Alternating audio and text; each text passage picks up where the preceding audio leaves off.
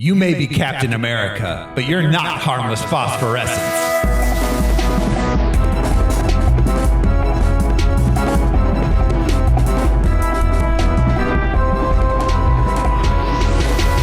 Hello, everyone. This is your host, Thor Smiley, and I'm sure glad this movie about a strangely colored president having a tantrum and attacking our staunchest allies over a remote island full of natural resources is fiction, because that would be bad. That's brilliant. Strangely colored. Who's joining me? I didn't know they came in orange. I'm Josh CC, and hand me a Captain America Mountain Dew Code Red. Wait for it. I'm Brian Lesh. You got me. I waited. I'm Jeremy Reed, and the drywall better watch out here if you ask me about my war crimes. And I'm a wartime Alaric Weber. Yes. Yes. Peacetime is way more intense. He's like a war elephant. You just put like the stuff over him and ride him into battle. You wouldn't like me. I'm in peacetime. Yeah, you wouldn't like me when I'm kind of indifferent. I like it a lot. Hey, Right. Thanks. This is Harmless Phosphorescence. It's your deep dive movie podcast where we pick a theme or series, we watch the movie, we gather some research into the production and source material, and we tell you all about it. This show is brought to you by our patrons like executive producers Michael Beckwith, Atticus Burkett, and Holly Stachnick. You too can be a patron. Go to patreon.com/harmless entertainment. Lots of bonus content there. We have a bunch of Star Wars shows up on there.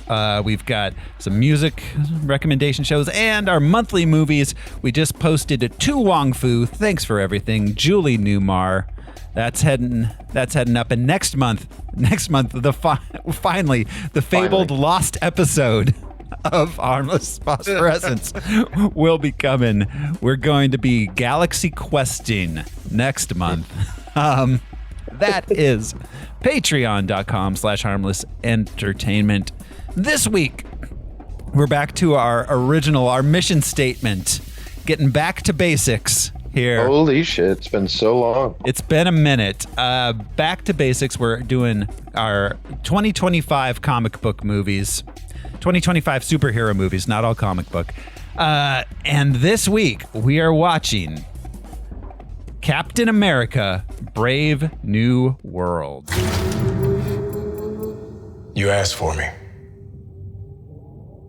Here I am. You want to help me? Is there anything you remember? Ladies and gentlemen, the President of the United States, Thaddeus Ross.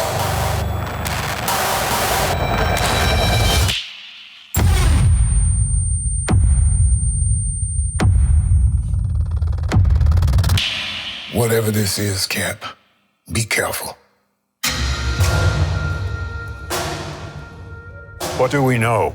There were 5 shooters. This was a coordinated terrorist attack, sir. I was a wartime general. Now I'm a wartime president. Your inner circle's been compromised. Let me fix it. Watch yourself. You're not Steve Rogers. You're right. I'm not.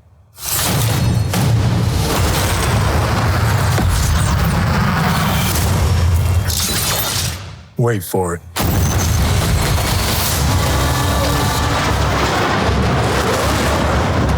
We're on the brink of war. I can't trust anyone. Nothing about this feels right. Captain America.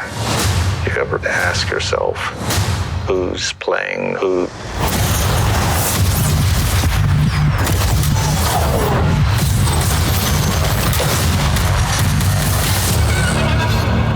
Someone's been pulling the strings on everything. You're under arrest. I don't want a variable out there that I can't control. Stop!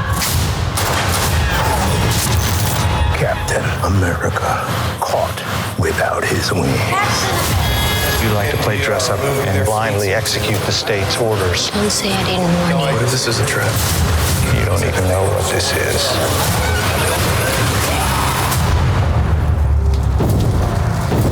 Since when were they red?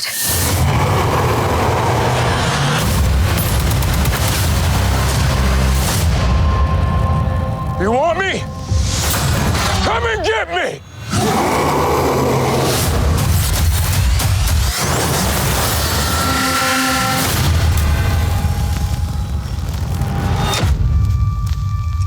Captain America, Brave New You asked for it. World. You don't even feel like the title fits. No, It doesn't what at Brave all. New World. I mean, Not I even don't. a little. From the Tempest, maybe? Not even well, the, the original title was New World Order. They changed it halfway through. which makes Yeah, more that- sense. Yeah, that Is it makes because a of little the more pills. That's the only connection, like to the eugenics and the what's it called, or like soma of it all. and adamantium, but they just treat it like a mineral rights situation. They try to justify it by having a character say at the end of the movie, "Welcome to the brave new world of adamantium." Mhm. Yeah, and that there are others. Well, obviously there, but yeah, even the title is off-putting. I feel like this trailer signals that this movie's not going to be good for a Marvel movie. From one thing alone. So most Marvel movies that are good, the trailer shows us snippets from the first act. Yeah. This movie shows us the fucking movie. Everything. Like it's in the first act. Well, because the movie treats Rolk like he's like Rolk, like Rolk from Hulk. Yeah, like it's a Like twist. it's a big reveal. It's a reveal. Yeah. It's a twist. Whereas the trailer treats it like it's the main focus of the film. So I had said this when I watched it the first time. Falcon and Winter Soldier was a really good show, and it really did have the political intrigue aspect going.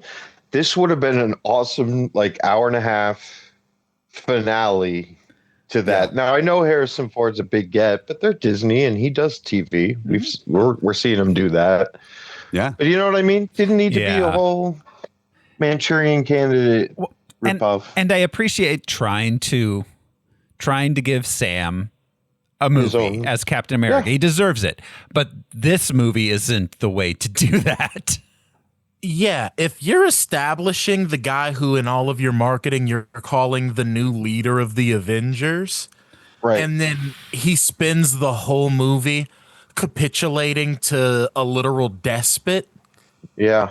Like he's supposed to be Steve Rogers' narrative successor, and he's like Steve would be a little embarrassed by this, I think. They had 7 years to come up with a new Captain America movie, and this is what they got. Well, And no then- Avengers in this. Well, that's what I was going to say. And Not then a the single next one. time Sam is mentioned, it's that he's suing the new Avengers in Thunderbolts. Like, why not have him show up in a post-credit scene or an in movie scene, you know, talking to the new Avengers? So they set up this movie. They set him up as the new Cap. They get us psyched. Then the next time they even bring him up, it's Yeah, he's suing them. Like have Like him talk. Yeah, have a post credits punk of him move. talking to Bucky. That would have been At so least much. Bucky. Yeah. Yes. Because they're going to need to come together. We know that. That's what the post-credit scene was. The Fantastic Four shape. Like, we're going to have to do one of those all of Earth ties together things. It's this movie and the marketing for Doomsday is everything that is wrong with the MCU post Endgame. Huh. I don't know if I agree with that. But this movie, maybe. I didn't dislike this as much as I was bored. Yeah. It's boring. Yeah, it's very boring, and they're obviously selling it Manchurian Candidate, like all of the mid-century thriller market, or even at the beginning of the film and the trailer both had like the stylistic flourishes of like that mid-century stylistically. thriller. Yeah, the title credits might be the coolest that the MCU has. Yeah, honestly. so it's like something you see with like a Bernard Herrmann score.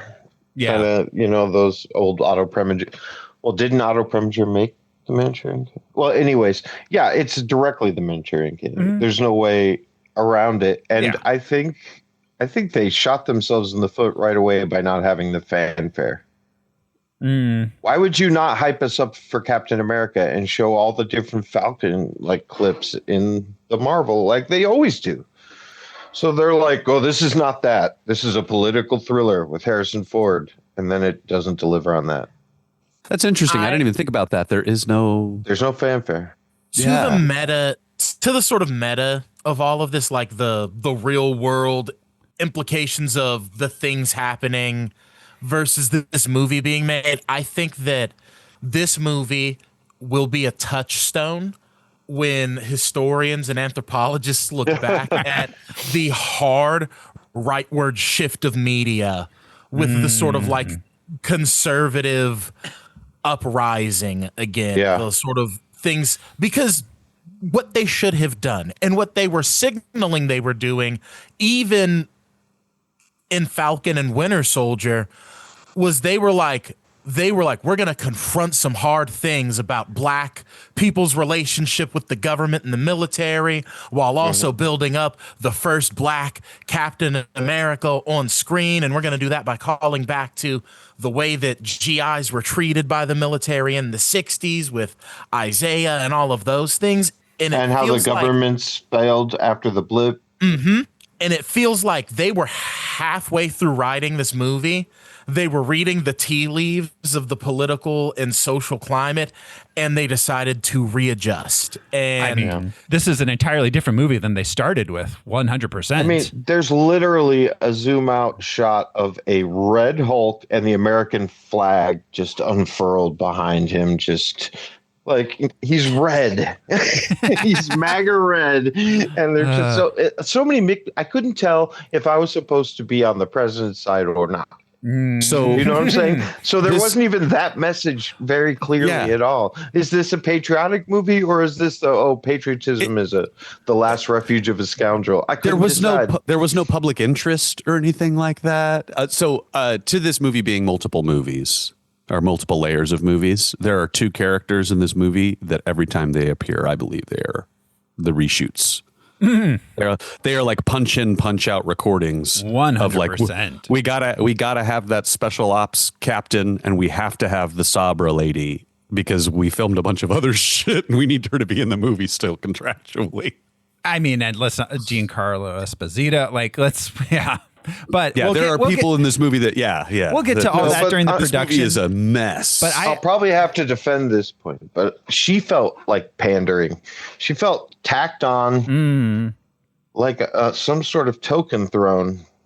Yeah. But also a weird. I got to be careful to not get into anti-Semitism. But it wouldn't have mattered if she was Wakandan. She was a Black Widow. Turns out, tacked on. But also, it's a weird character to go with in 2025, considering what's happening in. That's what I'm saying. In Israel and Palestine.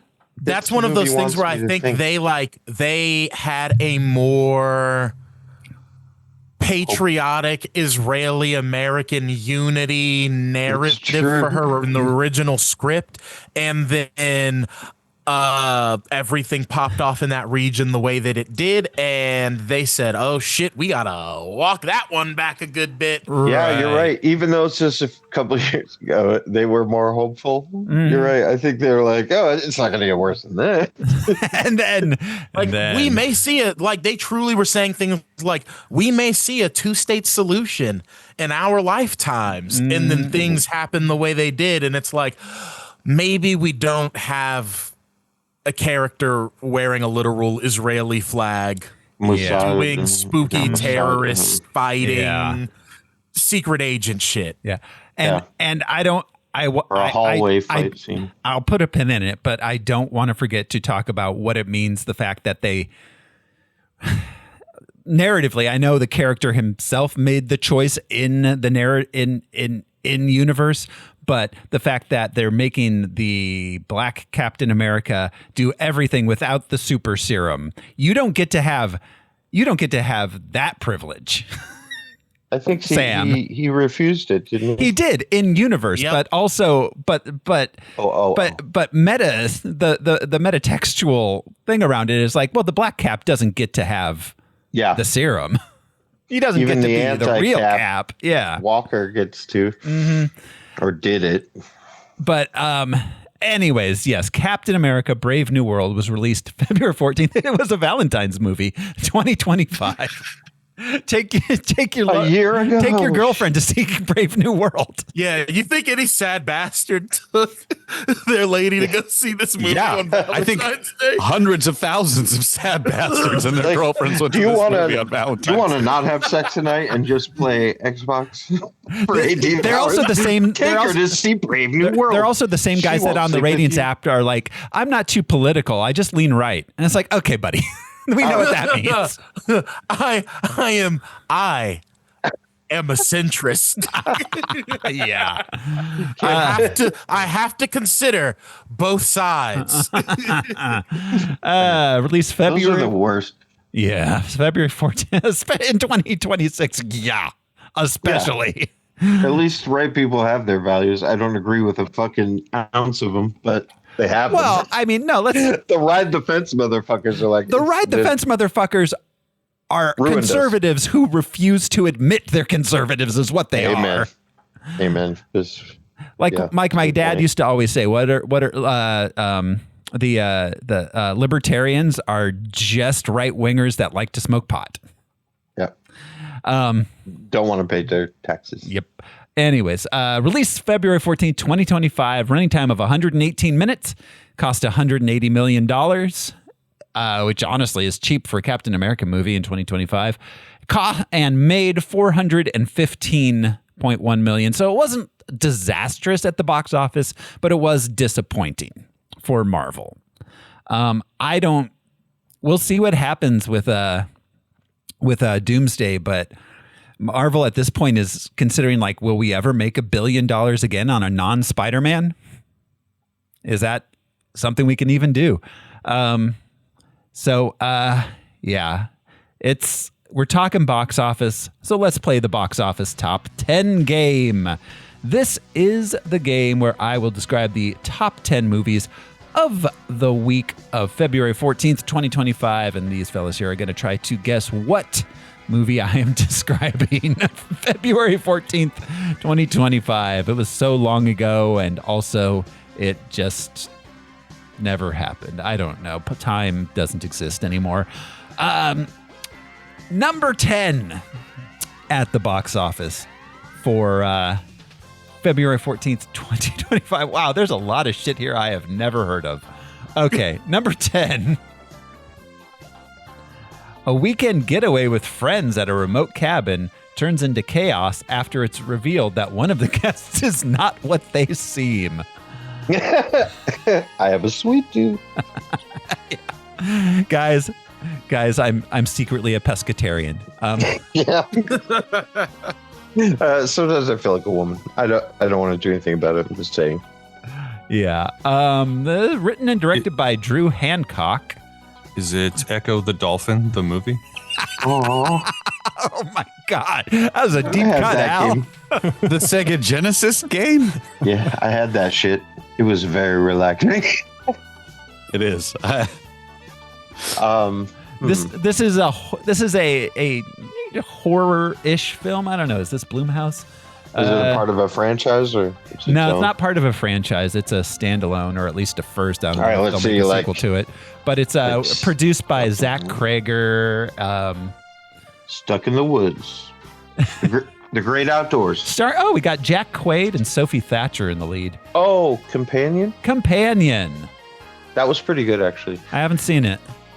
And Hervé, what's his name from What We Do in the Shadows? Oh, Gizmo. Gizmo, yeah. Not you, Guillermo. Yeah, I haven't seen it yet. She's a robot, right? Yeah, so it's like a future-ish, but there is a twist. Better than most She's a of M. robot. Night's. Yeah. Okay. No, you know she is. So, okay. Yeah. I don't know. It's been on my peripheral list. Like, yeah, I'll get to it It's one not day. bad. Yeah. It's not like, wow. Wow. Number 9 at the box office this week. A film tracing the journeys of 4 members of a rock band through the music scene of the 60s and their meeting in the summer of 1968, culminating in 1970. That was the culmination of everything, 1970. The 5 Heartbeats 2. Still beating. This is a documentary. Question is what band? This was the Beatles doc. It was not. It was not. There was no theatrically released Beatles doc. Are you talking about Get Back, or? I don't know. Yeah, I think he is. That was on Disney Plus. That was, yeah, Get Back. Okay. But yeah, this is this. Yeah, it's just what band? If I Birds. No. This is The a Rolling band. Stones. No, this was a band that got Oh, wait, big 68 late to 60s, 70. early 70s. Oh, what? Spinal Tap. No, I wish. You know what I want. Give me some money. Yeah, they started in the 60s at the Isle of Lucy Festival. Yeah. Yeah, I don't know. This there's no way to describe this. The band is What is one of their songs? trying to think of a deep cut that won't immediately. I mean, any song I mentioned, you'll just know what the band is immediately. Well, that's what I mean, that is the ultimate goal of this. The film so we can go to the next one. The film traces the journey of the 4 members of the Stairway to Heaven Rockers. Oh. It's Zepp, becoming Led Zeppelin. Yeah. I didn't know that was a thing. Huh. Yeah, I haven't seen it, haven't heard of it. Frankly, I don't want to know about it. The less I know about Led Zeppelin, the better. Oh, I already know. Yeah, there's not a lot to say. Yeah. I actually have been listening to a podcast about Led Zeppelin, and it's ridiculous the number of things that Jimmy Page, number of recordings Jimmy Page was a studio musician on, like crazy. He was, he played guitar on needles and pins, like. Wow, The Searchers, I think. Yeah, yeah, it's ridiculous what he played guitar on before he became part of Zeppelin. Anyway, But yeah, he was like Jeff Beck, and yeah, he was. Yeah, he was like session musicians are the interesting ones. Yeah, he was part of the British version of whatever, like the Wrecking Crew was in the U.S. Right. Yeah. And there'd be no real problem with Led Zeppelin if they hadn't done that Elvis bullshit of getting to put their name on the publishing rights of very old blues songs. Like, Willie Dixon's dead. You're still fucking with him. Yeah, y'all didn't really write Dazed and Confused, guys. Yeah. Anyways, number 8 at the box office this week.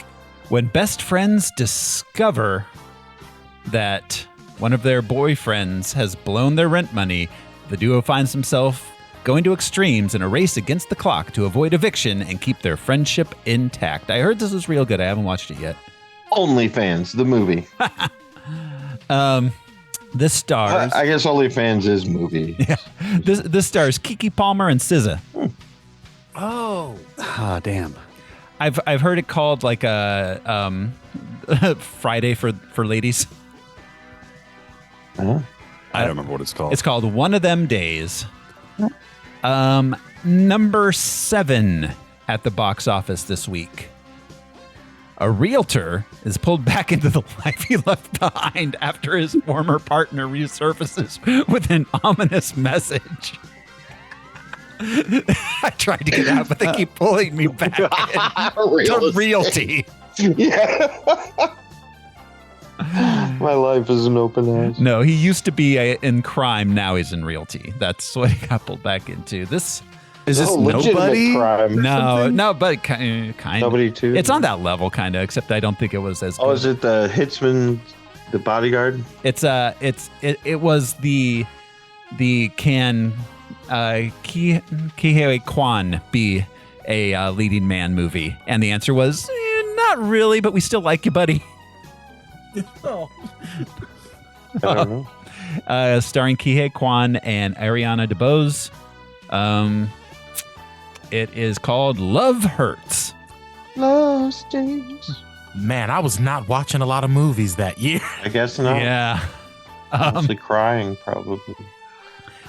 At number 6 at the box office, this is a prequel to a remake of an adaptation of Hamlet. Meet the Fockers. Hamnet? No. So this is a Hamnet's gone live. Hamnet. Brother, Hamnet is out now. Yeah. Yeah, Hamnet. That is in theaters right now. So we went to see Hamnet at the Loft, and they had the closed captioning on the whole time, and I was like, what is happening? Then I looked around and realized that it was like 11 a.m. on a Sunday, and we were the only people under the age of 65 in the theater. Hamnet? Anyways, this is a much bigger movie than Hamnet, box office and IP wise. What is Hamnet? Hamnet? Oh, it's a movie. It's a movie by what's her face that did Eternals, Chloe Zhao. Chloe Zhao. That's like it's like a big Oscar push movie. It's about Shakespeare's kid who died. Oh. Spoilers for Shakespeare's for the historical person Hamnet, who he named the play after dying. It was pretty good. I liked it. I'll have to check it out. I know Hamlet forward and backward. Yeah, no, it's really good. I think. So what is this? Is this a this is animated? This is animated. They claim it's live action. It is not. That's The not, Lion King? Not the Mufasa. The Lion King prequel. Oh right, The Lion King is Hamlet. Yeah, for sure. Yeah. I forgot they did a Mufasa. Were they trying to do a Lion King verse? Come on, Disney, stop. Calm down. Yeah, just back off. The Lion King. Lion King's one of your best movies of all time. Just let it be. The Lion King episode 7. Attack of the Crows. Yeah. Attack of the Claws. Jeremy's Iron. Somehow hyenas returned. Yeah. Somehow. Hyenas returned. Oh my God, we thought they were extinct. At number 5 at the box office this week, the highest grossing film of the year. None of us have seen it. I would bet money. Maybe Jeremy. It seemed K-pop Demon Hunters? No, that was a Netflix. That made hardly anything. This is a animated sequel to a film none of us have seen. And this made, let's see, what is the domestic box office? The domestic box office, this made $23 million in the US. It made $2.25 billion worldwide. This is... Was the original animated? Yeah. Okay. Is this a Chinese The way you said animated movie? sequel. Yeah. Is this like a Chinese film? Yeah. Ninja 2. Oh. Oh, I have no idea. The what biggest that movie of the year. It's the only non-American film to make over $2 billion. And it's a portent of what is happening worldwide as within the entertainment industry and the decentralization of film and the fall of Hollywood. Anyways, at number 4 at the box office, two co-workers have to survive a killer on Valentine's Day. Valentine's Day. Let's see who we got. Valentine's Sleigh. Ooh. It's you should work for Pixar.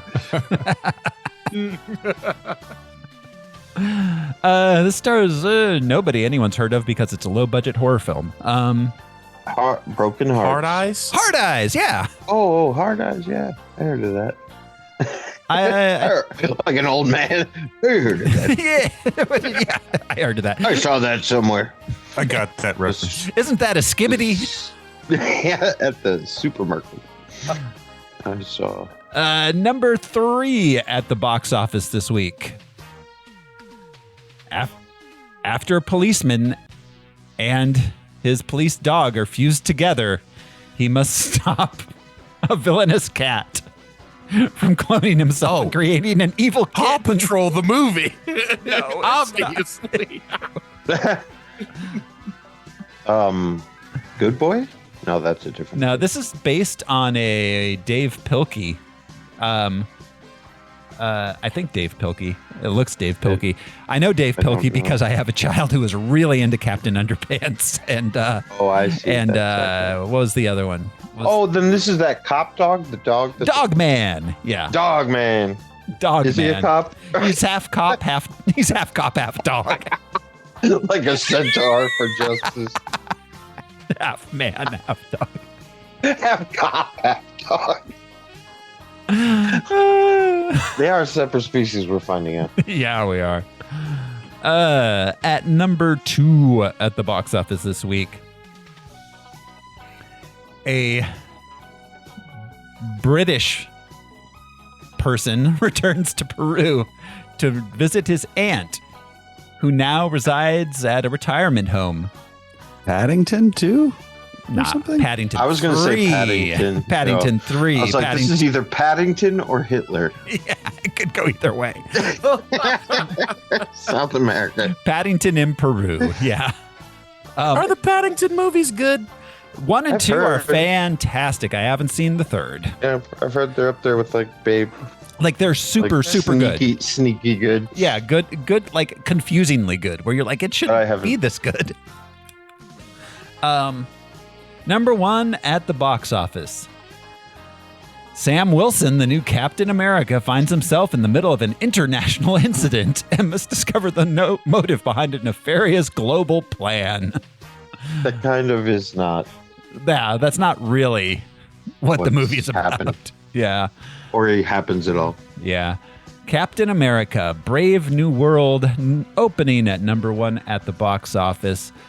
And that brings us to a little something we haven't done in a minute. That brings us to the character and comic book background. Al is back. It's been almost a year. Yeah. I'm back from sabbatical. Yeah. Professor Al, tell us everything we need to know about these characters and where they came from. Okay, so some of these characters we've seen before, but I want to do a quick refresher on a couple of them. So Sam Wilson, introduced in Captain America number 117 in September of 1969 as the Falcon, became Captain America in the comics after Steve Rogers retired in all new Captain America number 1, January of 2015. Oh my God. That was so late. Yeah.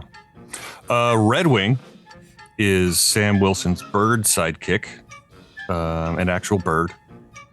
In all new, he showed up for the first time in the same comic in 1969. In all new Captain America number 6, 2015, Red Wing is bitten by Baron Blood and gains vampiric abilities. Okay, what?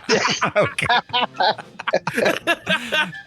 I love comic books. They are. So do I. Yes, shit just happens. Yeah, nobody's really watching The Asylum ever. I had to mention Red Wing because that leads into our next character, Joaquin Torres, who made his first appearance in Captain America Sam Wilson number 1, October of 2015, with his official debut in issue number 3. Also a vampire. Wilson investigates the disappearance of Mexican teenager Torres, who is being experimented upon by Carl Malice of the Serpent Society. Red Wing is used by Malice to turn Torres into a human-bird hybrid, but Torres also gains some of Red Wing's new vampiric abilities. Yes. Yes, he did. After the defeat of the Serpent Society, Torres becomes Sam Wilson's sidekick and the new Falcon. Is that where Bird Person from Rick and Morty came from?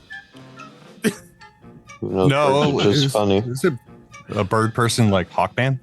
Yeah. Oh, I guess he is Bird more like Person. It's like Hawkman, but also kind of like a little bit based on like Flash Gordon. I can see A rapier American, please.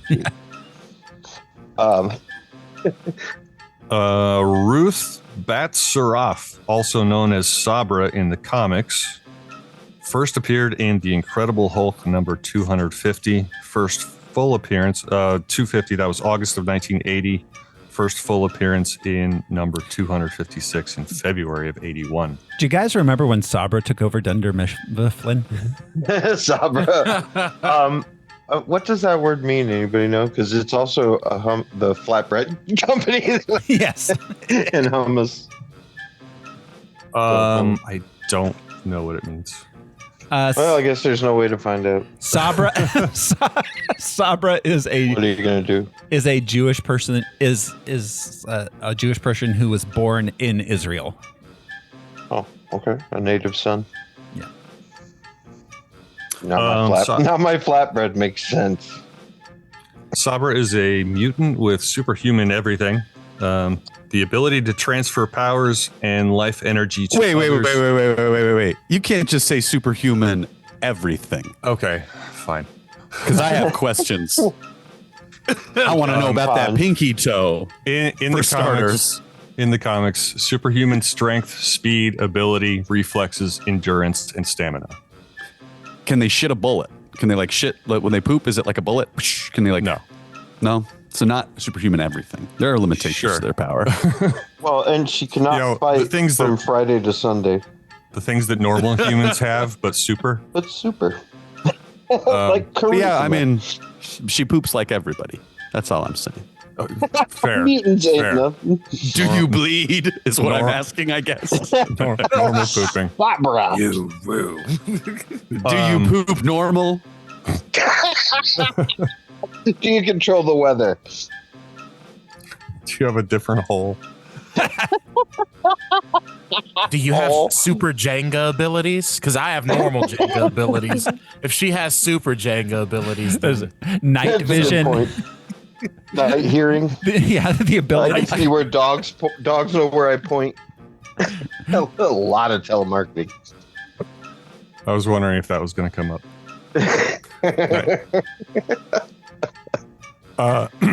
So she's not a mutant in this, though. Right. But in the comics, mutant, she ability to transfer powers and life energy to others and regenerative healing. She has been a member of X Corporation and the agent of the Mossad. Sabra was the first Israeli superhero. And her original 1980s comic is wild. Very Israeli flag. Yeah, her whole getup is. Oh, she was mostly all white. She's got a blue Star of David leading to the cape, the blue cape, and blue stripes. Yeah. Wow. Very Israeli flag. Mm-hmm. Moving on to Isaiah Bradley. First appeared in Truth, Red, White, and Black in January of 2003, a 7-issue limited run series. Isaiah was one of several African-American test subjects in the 1942 super soldier program Project Rebirth, attempting to recreate the serum that turned Steve Rogers into Captain America, a clandestine experimentation reminiscent of the Tuskegee syphilis study. I was just going to say, like, we gave them syphilis. That didn't work. What if we give them superpowers? That's a mad swing.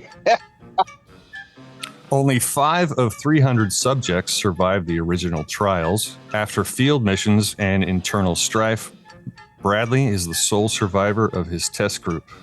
He steals a spare Captain America costume and shield, infiltrates the Nazis, gets captured and almost dissected under orders of Der Fuhrer, is rescued by German insurgents, only to be court-martialed and imprisoned at Leavenworth in 1943 until he is pardoned by Eisenhower in 1960 and released. I like that. Sidewinder. The first Sidewinder was Seth Volker, and first appeared in Marvel 2-in-1 number 64, June of 1980. Seth Volker was an economics professor from Wisconsin who failed to make tenure.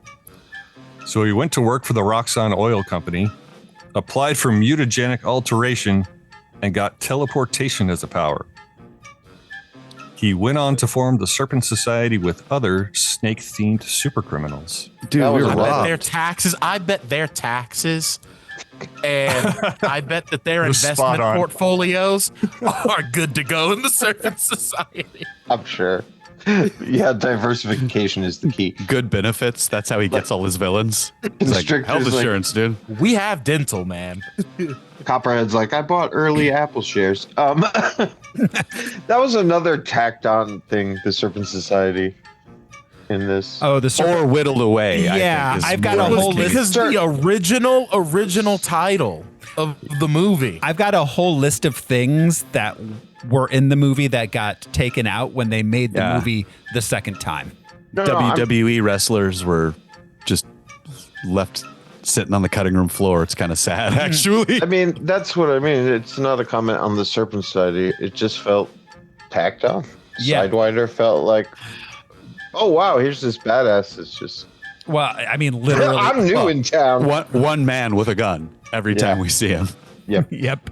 He's just good at it. Like, damn, I didn't know that was Captain America's one weakness, bullets. Damn. It is when you don't have the man, super serum. When you don't have the serum. Yeah. Right. Pretty much your week. When they're like, we'll let you, like you, the council recognizes you as Captain America, but we do not recognize you as a super soldier. Literally, the Wakandans felt so bad for 1/3. this motherfucker that they were like, bro, here's some vibranium. Don't die, please. That's on the note. Betty Ross was in this. She used to be Bruce Banner's girlfriend. Samuel Stearns, the leader, we saw him in The Incredible Hulk. Yes. Yep. He's in universe. Yeah. First appeared in Tales Nick to Nolte is not. Yeah. First appeared in Tales to Astonish number 64, December of 1964. Superhuman intelligence, telekinesis, telepathy, gamma ray manipulation, and self-resurrection. Thaddeus Thunderbolt Ross first appeared in The Incredible Hulk number 1 in May of 1962. Military head of the Gamma Bomb project that created the Hulk, became the Captain Ahab-esque pursuer of the Hulk and Bruce Banner. And this Ross was I'm sorry, go ahead. ahead. Al. I was just going to say, this is like the 6th movie we've seen Thaddeus Ross in. He was played by Something like William that, yeah. played by Uh-huh. William Hurt in a bunch of Avengers film or Captain America. Imagine if they tried to do this shit with William Hurt. Gross. Gross. Ross was transformed into the Red Hulk to better combat the Green Hulk, though this led him to become more sympathetic towards Banner and eventually become a superhero. Was a Hulk race. America and the Soviet Union got into a Hulk race. Red Hulk served with the Avengers and formed his own Thunderbolts team. The Red Hulk first appeared in Hulk Volume 3, number 1 in January of 2008, though his identity as Ross was not revealed until later, possibly Hulk number 23, I'm guessing November of 2010. Little known fact, the Pink Hulk just fights for gay rights. Red Hulk has been described as absolutely uninhibited and tactically intelligent. Unlike Green Hulk, Red Hulk does not revert to human form when rendered unconscious and does not grow stronger as rage increases. Rather, his body temperature goes up. Oh, And he can weaken if the heat is too intense. they did show that. His clothes burn off him. Yeah. Yeah, if I hadn't done the research, that I would not have understood that. Well, and my brain just explained it as like the radiation. Like, he's just so mad and so irradiated. I mean, that actually His happens to character Harrison design? Ford sometimes. So Yeah. Have you seen The Fugitive? His mad. character design was one of the things I was not mad about in this movie. It looked good. Yeah. Oh my looked God, it's really the coolest, cool. Yeah, he looks coolest really fucking good. thing ever. yeah. But I think they thought that alone could carry a movie. Yeah. Bucky Barnes came back for this. Layla Taylor was in the comics as a romantic interest for Wilson. She was the Secret Service lady that Wilson talks to sometimes. That didn't make it into the movie. No, yeah. Yeah, no. Did Joaquin's more of his love interest. Yeah, 100%. I'm looking at all the different colored Hulks right now, just on a random, yeah. And someone made a mock-up of William Hurt as Red Hulk, and he still has the mustache as Red Hulk. Imagine how, yeah, I mean, Jeremy's right. I had it on mute. But imagine William Hurt. How boring and stale. Like, at least Harrison Ford will emote for you. Yeah. You got to get him riled up like your grandpa. Harrison But once Ford- you do, he's off. Harrison Ford's wobbly wrist acting in this was off the charts. The way he like points with the like, Flips his pill. yeah, face. yeah. He does a lot of wobble wrist, and like, which is something about him in his old age that I've noticed. Yeah, I mean, if all you really have to do or have to work on is William Hurt footage, there's nowhere to go but up.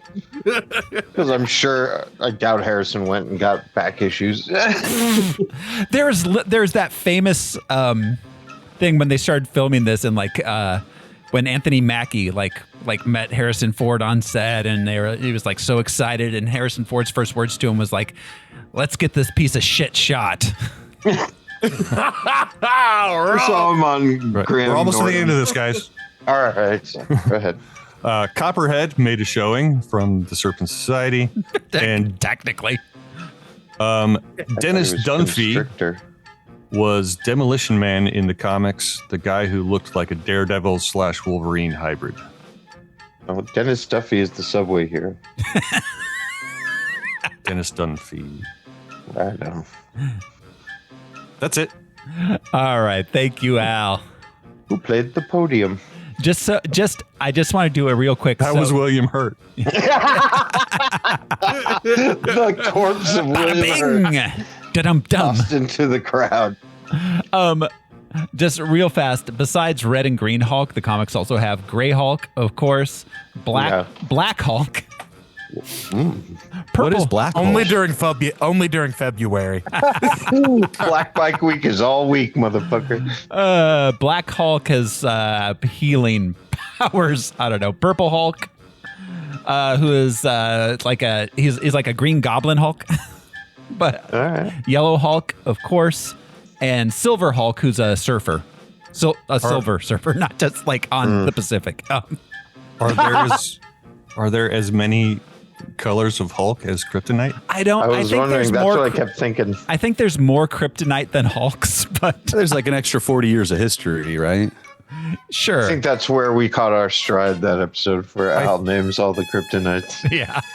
I think the Silver Surfer Hulk was actually Thaddeus Ross, because at one point Red Hulk stole the powers cosmic. He's big on guns too in the comics. Yeah, Red he's Hulk. got a lot of giant Hulk-sized guns, which is hilarious to me. He's always armed. You know what? It's like, That- why? Joe Fixit was a really cool Yeah, character. that's great. Yeah. Gray Yeah. Hulk, right? Yeah. Yep. Yeah. Yeah. So Smaller and super intelligent. you know, that's what white America fears is a red Hulk with a gun. Yeah, anyways. Yeah, man. Yes, I do. Yes, I do. Okay. Thank you, Al, for that. That brings us to the production of the film itself. Captain America, Brave New World, Captain America, New World Order, was technically directed by a person. And that person is Julius Ona, who also directed, let's see, The Girl Is in Trouble and the Cloverfield Paradox, which is Yikes. the Cloverfield nobody likes. Also directed Lucha, which is that's actually considered a pretty good film. Lucha was a drama with Octavia Spencer. Octavia Spencer is the person who told Kevin Feige to hire this guy to direct the Captain America film. Bad genius? Yeah, I don't know. This is a director who directs movies, apparently. Our writing credits go to, hold on, Rob Edwards, Malcolm Spielman, Dallin Muson, Julius Ona, Peter Glanz, and Glanz. 1, 2, 3, 4, 5, 6. I'm sorry, 5 credited screenwriters on this. The thing. shittier the movie, the more writers. We found that out. Well, the more writers, the shittier the movie. Fair enough. Yeah. The cause and chicken effect. and egg. Yeah. I'm going to run through this real fast. Rob Edwards is mostly did Disney animated stuff. Treasure Planet, Princess and the Frog, 2000s Disney. This is and a lot of television. In the House, Rock, The Parenthood, in Living Color. They said we need an African American writer, and they found the guy that wrote on Rock. Malcolm Spellman. Let's see. Also wrote on Falcon and Winter Soldier. Empire. I thought you were going to say Falcon Crest. Falcon Crest and the Winter Soldier. They just take a list of like Tyler Perry studio writers. Like, right? What are we doing? Like this guy also writes on the Fresh Prince of Bel-Air reboot. Reboot? Yes. Dallin Muson wrote Iron Sky, The Coming Race. Those are like B movies about a future where Nazis run the world. Okay. Oh, okay. So it's a documentary, or that's not even funny. It's true. Yeah. He also wrote on video games, including The Golden Compass video game, the video game tie-in to the movie The Golden Compass, starring Nicole Kidman from 2007. He didn't get to write on the movie. He wrote the video game tie-in. Oh, God. Julius Ona has a writing credit that he is the director. And then Peter Glanz, who is, let's see, if I was in his homeroom, I would laugh every morning. Yeah, every single I'd be morning. like, Glanz. Let's see, not very interesting stuff. The Longest Week. He wrote The Savage House, which was I don't know. I don't know where this guy came from or how he got on this movie. But he has done mostly wrote in like indie stuff, including a biopic of John Michael Basquiat. I don't know how to say his name. Basquiat. But Basquiat. Yeah, he did what? Yes, thank you. He wrote a that? biopic of him. Yeah. But not Basquiat, right? That was from like the. He late wrote 90s. he wrote a biopic about Basquiat, not the movie Basquiat, a new one. Okay. Yeah. Okay. Oh, okay. yeah. Not the Because Jeffrey I Wright was one. like, that was a really good movie. Yeah. So this movie started out, like we said, as Captain America: New World Order.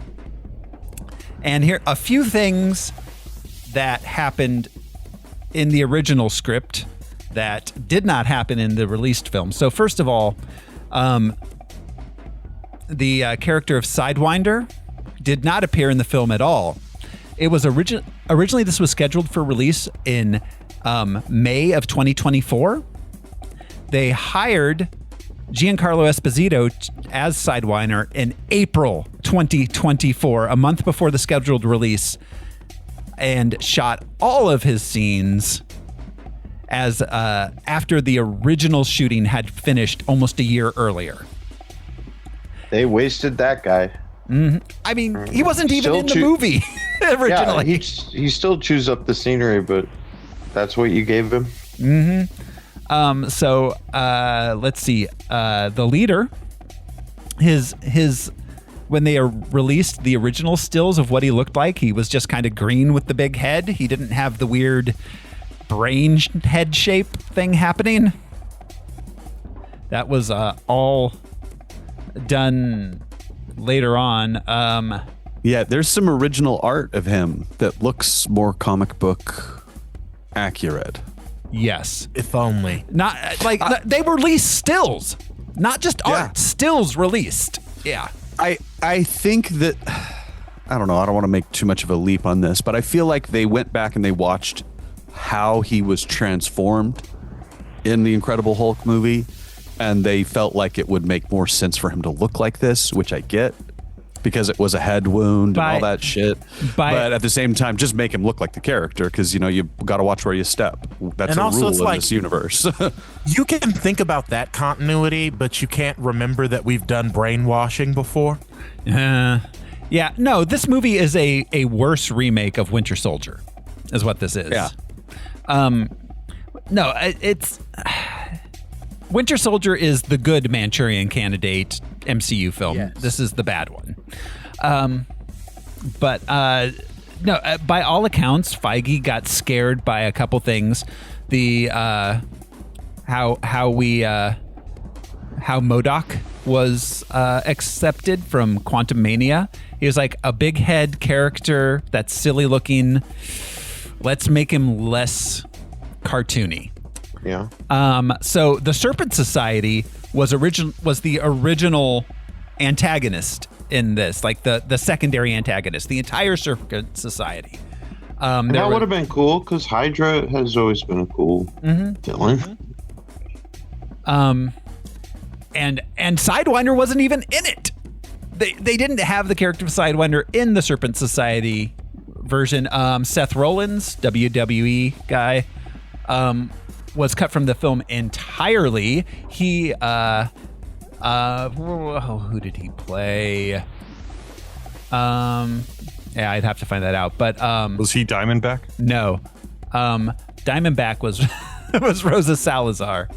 There was a King Snake, I think. Yeah, it might have been that, but yeah. I'm Garter Snake.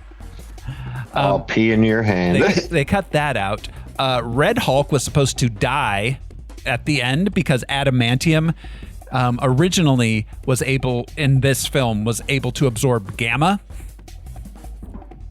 So Sam was going to get the adamantium and use it to kill Red Hulk.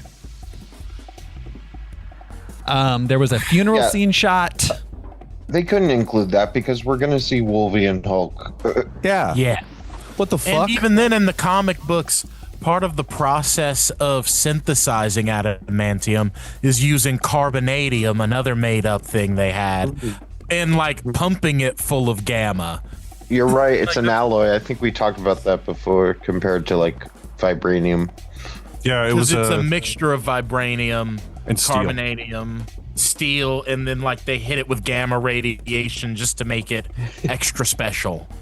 And a dose of gumption. So they also cut out Amadeus Cho, aka Really? They were going to introduce him this early. Yeah, they shot him. They shot films with an actor playing Amadeus Cho. They cut him out completely. Amadeus Cho, also the the Totally Awesome Hulk. Too many Hulks spoiled the stew. Too many Hulks. Yeah. So, they cut him out completely. He was played by an actor named Logan Kim. They, as we kind of mentioned, Sabra was in this movie a lot and was very explicitly had ties to Israel. I can't imagine why they rewrote that. I didn't even like the actor. No, I did not find her interesting at all. It was like they cast they cast the poltergeist lady. Or the flatbread. Yeah. She sounds like a poltergeist lady. Yeah, she's like as tall as the poltergeist lady. Yeah. Carol Ann. They did not include that she was in the Mossad. No, just that she was a widow. Yeah, she was Israeli ex-widow. Yeah. But they took out the Mossad. Yeah, all of that was She in the remarried. original version. They Just tacked on. It has nothing. You don't even have to approach the Israeli thing. Just the character was tacked on, poorly portrayed. well, Didn't seem to help anybody. Like the president has this tiny little Israeli chick. she The Secret Service is like, no, we got this, bro. she had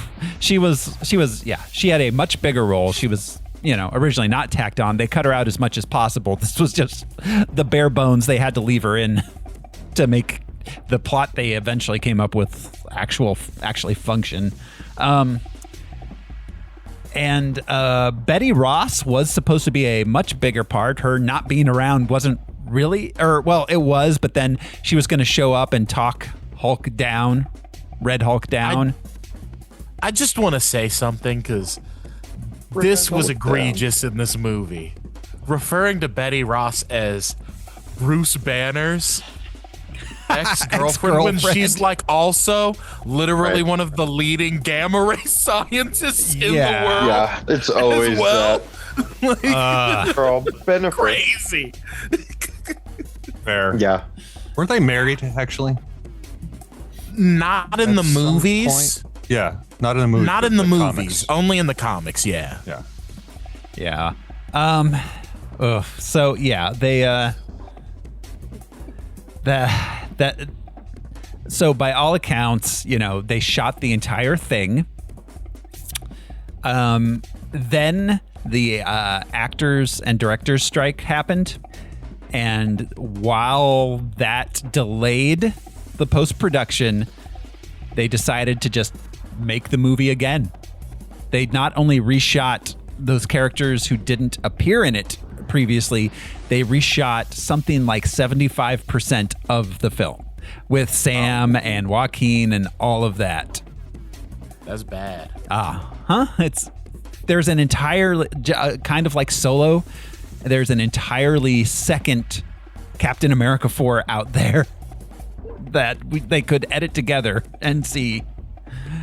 That Was it the butthole cut? I would assume so. Everybody is wearing butthole-less pants.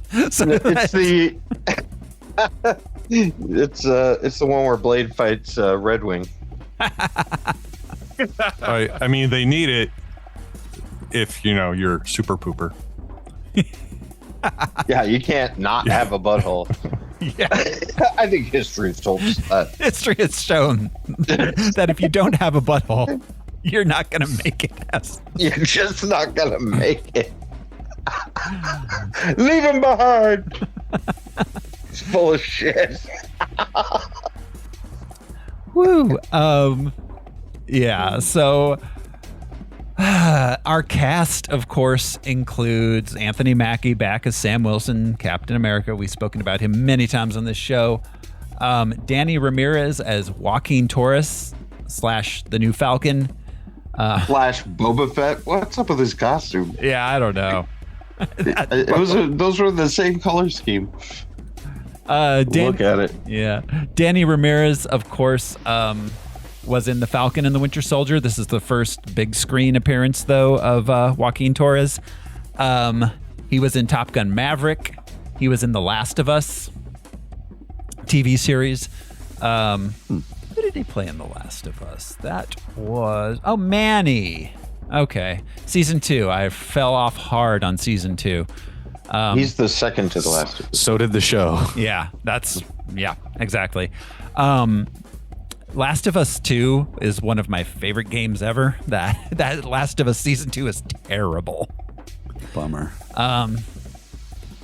Let's see. Let's see. What else was he in? He was in Tales of the Walking Dead. The Walking Dead verse has gotten crazy. There's like 7 shows or something. Yeah. Yeah. How do you? They've sustained that one note for a long A long time. Robert Kirkman never has to leave his couch again. No. Plus with Invincible. No, him and fucking George R.R. Martin both just like never have to actually do anything again. Yeah, it makes you wonder why J.K. Rowling won't just shut her trap and enjoy the money. Real. Shut up and enjoy your money, for the love of God. You have so much of it. And George is out here like, please stop asking me about these fucking books, bro. I don't know. He's like, guys, I'm not going to finish it. Shh, just go away. No, seriously, if I had Harry Potter money, you would never hear from me again. Ever. Not. I mean, the things I would not care about. The list is so long. I would be on I don't care how people live now. But if I had billions, wouldn't even cross my mind. She has those billions and she stayed in England. That tells you everything you need to know. She stayed in a house that had mold in the walls. That tells you. This is the mold talking to her. Yes. The entire country has mold. What to do. Yes. It's a damp country. England is nothing but what happens when black mold infects an entire nation. And they do nothing. That's the only thing that can explain mushy peas as a national dish. Jellied eels. Yes. Blood eel sausage. pie. Yeah. Fuck British cuisine. I'm sorry. Yeah, that's an excellent point. She stayed in England despite. I would be on a tropical island with a giant half globes full of coconut flavored liquor. Yeah, exactly. Shira Haas plays Ruth Bat Seraph. She is also in a bunch of other stuff no one's heard of. She's 30? Okay. She looks 65, but also like a weird young 65. Yeah, like an older elf would be. Yeah. Yes. Let's see. She was in the Zookeeper's Wife, everyone's favorite. I feel like she was hired just to have that hallway fight scene. So she was like their rocket. We need someone small to bounce around. It's like they got their wires crossed and they were like, we need a hot white woman to bolster our movie, but also we need Rocket Raccoon. And they missed up the words. It's not a hot woman. They're like a woman who's hot. Like she's always warm.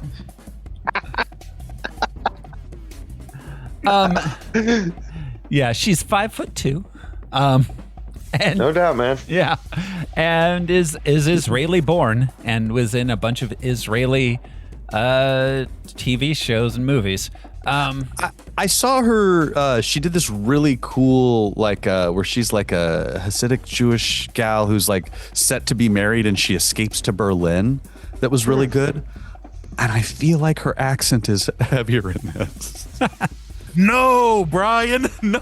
She was playing it up. Why couldn't they just let Sam Wilson have this one? Yeah, or what was her name? Layla, the other character who's already kind of running security and point. The one who's supposed to be his love interest in the comics. Right, she's already doing, but instead he's got a widow. They're like, well, he got the Temu Black Widow. Honestly, I would have loved for him to. This is a lot smaller than it looked. To further the Sam doesn't have what's it called? He doesn't have the super serum. He doesn't have powers, right? Nope, just charisma. He doesn't have a Black Widow. He has a Black Secret Service agent. You know? Yeah. Yeah. Also, why do we have a Black Widow when there should be Wakandans getting involved in this shit? Jay and I talked about this. We'll talk about this probably. If the Dora Milaje showed up to bring the rain. The government's about to take that vibranium suit from Sam when he gets arrested. Mm-hmm. Yeah, there should definitely be Wakandans involved. We should be hearing that Dora Milaje call that freaks everybody out real quick. Yeah. Yip, yip. Like, all those white guys with guns should be like, oh, shit. Yeah, Doom is definitely going to want vibranium. I'll probably want adamantium now that it's in play, but who knows how they'll tie that in. But yeah, what does Wakanda think of all that adamantium? Mm-hmm. Yeah, exactly. That's interesting. That's interesting. They're no longer isolationists, so like, why wouldn't they be at the talks? But well, they do kind of softly take that position back at the end of Wakanda Forever. That's true. Because they're kind of like, you're right. yeah, You're right. The imperialists did imperialist things. We'll side with Talokan, kind of. That's a good point. Which, Doom's coming for those too. But to Brian's point, that even more should have made if they took the vibranium suit from Sam. Yeah. Dora Milaje for sure would have shown up just to confiscate it. Yeah, 100%. Like, even if they're not getting Sam, they're like, no, sorry. You guys cannot look at the technology under the hood. That's true. Most of like their what missions we would over the do. years was recovering artifacts and vibranium that was stolen. It's like, We lose gave it to you. We didn't give it to them. we lose a piece of technology, we fucking blow it up. Mm-hmm. The vibranium is kind of on that level of like, oh, we should probably either blow it up or get it back. And you can't really blow it up. And it's from space, so it has the power cosmic. That's where the Earth comes from and everything. So it's a different metal. Yeah. It's space metal. Yeah, man. Carl Plutonium. Yep. Carl Lumbly plays Isaiah Bradley. He was in Falcon and Winter Soldier. This is his first big screen appearance as the character. Carl Lumbly played He was in Caveman and The Adventures of Buckaroo Banzai Across the Eighth Dimension, two movies that someday will be done on this show if I have anything to say. We're definitely going to do Buckaroo Banzai. Yeah, but that's gonna happen. Ringo and Shelley Long, a movie about cavemen, is something we are going to do someday. He's another actor that played Dick Halloran. He was in Doctor Sleep. Yeah. Oh, yeah. And Crothers. And, of course, perfect casting, as well as the guy who just did Welcome to Derry. Like, that guy, he was on Gotham. Can't remember his name, I'm sorry. But he nailed young Dick. He nailed young Dick. Different syntax matters. Wait, bringing back English food. Spotted Dick. Guys. Which, you know what, Spotted Dick, actually, one of the things that is not the worst to eat. Not that bad. I wouldn't know because I have no idea what it is. It's just like a pastry. It's okay. Sure. But it's called the dumbest thing on earth. They think that. Oh yeah, they think the Germans are still flying overhead. Yeah, the Blitz is over, guys. Yes, you guys don't have to eat this way anymore. You don't have to. No, you think the London Underground is a revolutionary move? We should do a Fish Called Wanda at something. Oh God. Yes, that's one of my favorite movies of all time. Asshole. Yes, they can, Otto. They just don't understand it. Carl Lumbly also was a series regular on Cagney and Lacey. He played the chief who doesn't. Who's having it up to here? Yeah. Oh, you chief. Because he gets results, you stupid chief. Carl Lumbly also has done a lot of voice work for DC, notably Martian Manhunter. Yep. Got a good voice. He's a good actor. Zosha Rookmore plays Leela Taylor. Let's see, mostly best known for, she was in Precious and The Mindy Project. Which I believe was some sort of hovercraft. The project, the result is still pending. She could have been the security detail. He didn't need Gollum at all. Gollum. I want you to know from here on out, any insults I throw at her have zero to do with her ethnicity. Yeah, no, it's because she's a weird. I just want that clear. She's a weird little gremlin person. She is. Like, throw her in the engine, she'll pull wires apart. Yeah, let's see. She was in Space Jam 2. Oh no. Somebody had to be. Yeah. Yeah, mostly she did TV though. Let's see. Rounding out our cast, Giancarlo Esposito as Sidewinder slash Seth Volker. It's German. Tim Blake Nelson, but we have talked about him. Yeah. We did we did. Incredible Have we Hulk. done a Giancarlo Esposito movie before? I feel like we have, but I can't place it. We should do the right thing. Oh, Bugging Out's one of his greatest. fuck yeah. performances. Oh, he was a- Man, Man, why there ain't no brothers on the wall?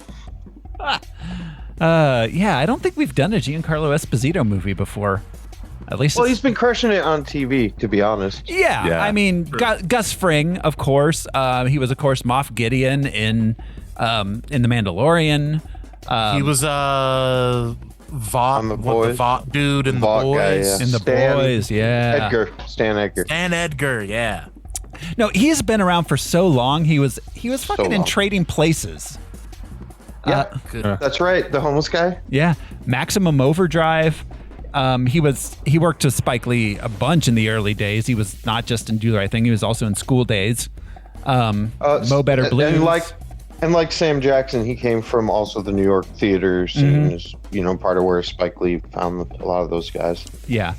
A little something I like to call Harley Davidson and the Marlboro Man. Watch out! Filmed in Tucson. Yep. He was in Bob Roberts, Jungle Fever. Oh, Bob Roberts, he's so good in that. Yeah. Jack Black too. Like, it's crazy who was in that movie. Yeah. Don't do crack, kids. It's a ghetto drug. The unfortunately named Amos and Andrew with Sam Jackson and Nicolas Cage. He was in The Usual Suspects. I mean, he was a very, very well respected character actor for years before he was Gus Fring and kind of became well known to the public at large. Oh, Night on Earth. Night on Earth movie, so good in that. One of the worst movies. Lex Luthor in Harley Quinn. Yes. Yes. He voices Yeah. Lex Luthor and Harley Quinn. He one of the worst movies ever, Monkey Bone. Is that a Chris Kattan vehicle? No, it was Brendan Fraser actually. Oh, right. Oh, The yeah. animated monkey that he draws. He's a cartoon. Yeah, and it was also Henry Selick did the stop motion on it, but it's a bad movie. It's a bad movie. Would still be fun to do though. Oh, it'd be real fun to do because it's crazy. It's crazy. Yeah. The worse the movie. We did the Son of the Mask, didn't we? Yeah. Yeah, like we said, Liv Tyler as Betty Ross, Tim Blake Nelson back as leader, Harrison Ford as Thaddeus Ross / Red Hulk. Which is great casting as Thaddeus Ross. Yeah. Yep. Yeah. And Red Hulk looked good. You can't say that anyone portrays the Hulk. Ruffalo does. Sorry. But yeah, it's Thaddeus Ross. Fine. Great. Yeah, you did great. Let's see. We've got Sebastian Stan doing a cameo basically as senatorial candidate Bucky Barnes. We'll see more of Bucky in Thunderbolts. My least favorite Bucky Barnes development that they've done with him. Yeah. The political in the series monster. is him going political. I'm like, no. Yeah. Make him lead the Thunderbolts. Have him doing stuff. I think he's going to walk away. Yeah. He seems so disinterested in it. Is he running for Senate or the House?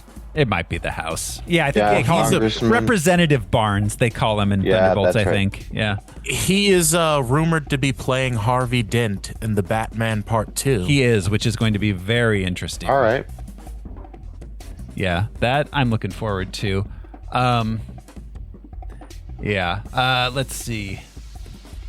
That's about it. There's a few other that didn't get cut out that aren't really worth going into. Captain America Brave New World has 46% on Rotten Tomatoes. And I've got a few Letterboxd reviews here. Captain America Brave New World. Reviewer David Chen, who is, I think, writes for Variety, says, at least they based this movie off the three most beloved Marvel properties of all time: The Eternals, Falcon and Winter Soldier, and The Incredible Hulk. Well, when you put it like that. David Sims, another reviewer and podcaster, writes, would love to know Red Hulk's plans for combating inflation. Right? Yeah, I think we got Minneapolis on lock. What's going on? When he otherwise? inflates, things go down. I'm roaring mad about climate change. User When the Spawn writes, the most unrealistic part of this movie is that the president actually went to prison for his crimes. It's true. That would never happen here. It never has. Nope. Let's see. User Quakey writes, Cap's got a 400-day Duolingo streak. I thought that was an important addition. I think it was important to hear Captain America speak. Yeah, as a Captain America fan, like he should know how to speak Spanish. He should know how to speak Spanish. Our Captain America, Steve Rogers speaks French. He speaks German. We see him do both, like in the movie. That's like, true. That's true. There's a lot of, and we'll hit them, I'm sure, throughout this episode. But there's a lot of things that you would signify your Captain America doing that they just did not do with this guy. Being bilingual, it's a touch. It's a start. It's something. For him comforting the clergy that were hostages in Spanish, it was important. If there's anything in this movie, having a soft touch, like he's speaking their language. Yeah. Americans think knowing more is bullshit. Yes. You speak more than one language? You're an idiot.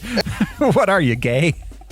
Oh, well, that underlies everything. Yeah. Can't even hold doors now, apparently. Let's see. User Harry Argyle writes, this reminds me of the first time I had sex. Messy, lackluster. I cried a little. Harrison Ford was there and no one knew what the hell they were doing. I was suddenly red in areas I hadn't been red previously. Yeah. It's gamma. And the last one, user Tintomitis writes, hey there, big guy. The budget's getting real low. All right, win. That's about it for the background, guys. Are we ready to jump into the movie itself? Oh, Hulk out. The Hulk. Say Shulk. The Hulk at Studio 54. Here we go. This is Captain America, Brave New World. We open on Thaddeus Ross, now looking suspiciously Harrison Ford shaped, waiting backstage. With a voiceover. Yeah. Right? Yeah. Mm-hmm. No fanfare. No fanfare. Yep, no fanfare. And then It's not a news very, voiceover. Mm-hmm. right. The Not even like exposition story. They didn't even get fucking Wolf Blitzer for this shit. They got like it's like extra. They got somebody who's like new to the Union. They're like, hey, you want to make your break? This is it. You're going to read the intro to Captain America: Brave New World, and no one will see your face. Well, and in the let's give everyone the backstory of Incredible Hulk CNN clip too. It's like fourth string reporter who's on from like midnight to 2 a.m. Yeah, it's the international edition for some reason. Yeah. That's the first fumble in this movie, is to start with that exposition and then cut to the action. Yeah. Why would you not start with the action and then cut to the exposition? Like, you're starting this movie without fanfare, with a voiceover, and then TV exposition. Well, and cheapest leading into a presidential narration. speech. Right. Yeah. How boring. Well, and also, okay, so this movie felt like it was a Netflix movie in a lot of ways. In that, Or like Disney Matt Plus. Damon just said, like they want you to restate the plot 3 or 4 times because people are looking at their phones. Yeah. Yeah. The first speech is his acceptance speech when he just gets elected, and that's the only reason I can think of that they started the movie with this. They wanted to keep it linear. Yeah. Well, but then we pacing-wise, jumped it's to- But also, terrible. you don't even Then we need jumped to this. 5 You months later. frankly don't need this. You don't really, or it can happen after. And you know what? If you're Or gonna do the mid. news, if you're gonna do the news clip thing with him flipping out, This is a PG-13 movie. He mouths the F word. Don't be cowards. Cut into that audio of Harrison Ford asking why they're asking him these stupid fucking questions. Yeah. Because we all get the meta. We get the meta. It's Disney. He was just in Star Wars. Yep. And Indiana Jones, for fuck's sake. Let him cuss on screen. I was happy to see him mouth the words. That's a fucking stupid question, though, because it made me realize that we are living in an insane world. Because you know, it would have been worse if he had called him a fucking piggy. Or flipped him off. Flipping, like a factory worker. yeah, flipping off a factory worker. And I know everyone softens with age some, but he brought the character way down, which is hilarious. I stopped myself considering William Hurt bringing it way down. At least William Hurt is, you're all full of bullshit. You're all assholes. Harrison, I know you got to be likable to win the presidential election, but then I guess you don't have to be. You don't have to be likable. No, we've learned you don't have to be likable.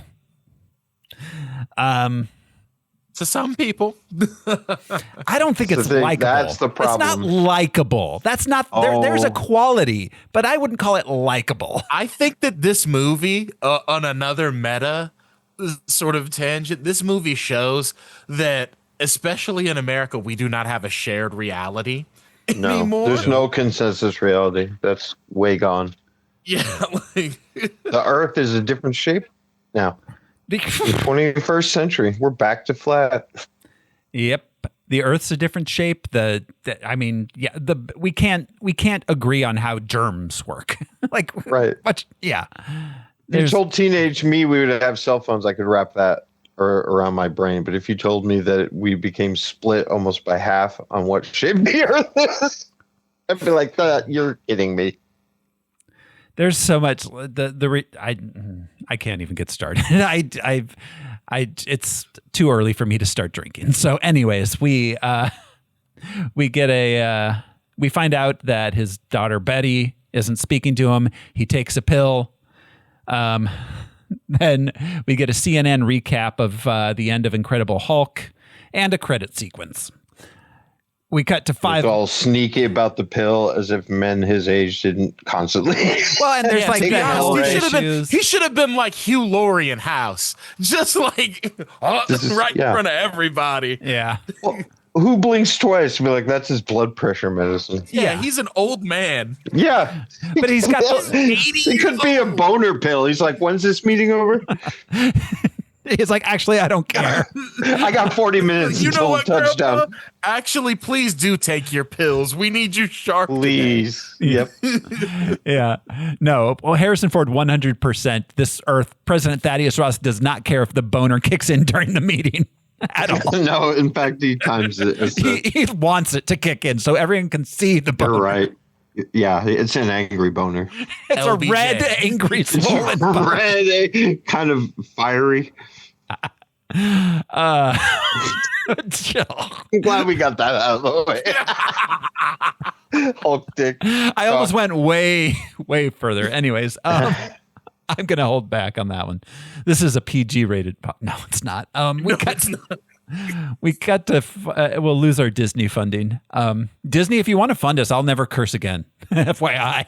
Yeah, if you already toe your line enough. If you're listening, Kevin, or anybody else, whoever's in charge of Disney these days, we couldn't kiss your ass more.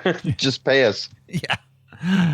I'm not only willing to sell out, I'm asking, please. God, give me my chance. So 5 months later, we cut back to the new Cap is Sam Wilson. The new Falcon is Joaquin Torres, who's currently acting as Man in the Chair. They're on their way to Oaxaca, Mexico, to stop the illegal sale of classified items. They're stolen by Oaxaca. Thank you. Oaxaca.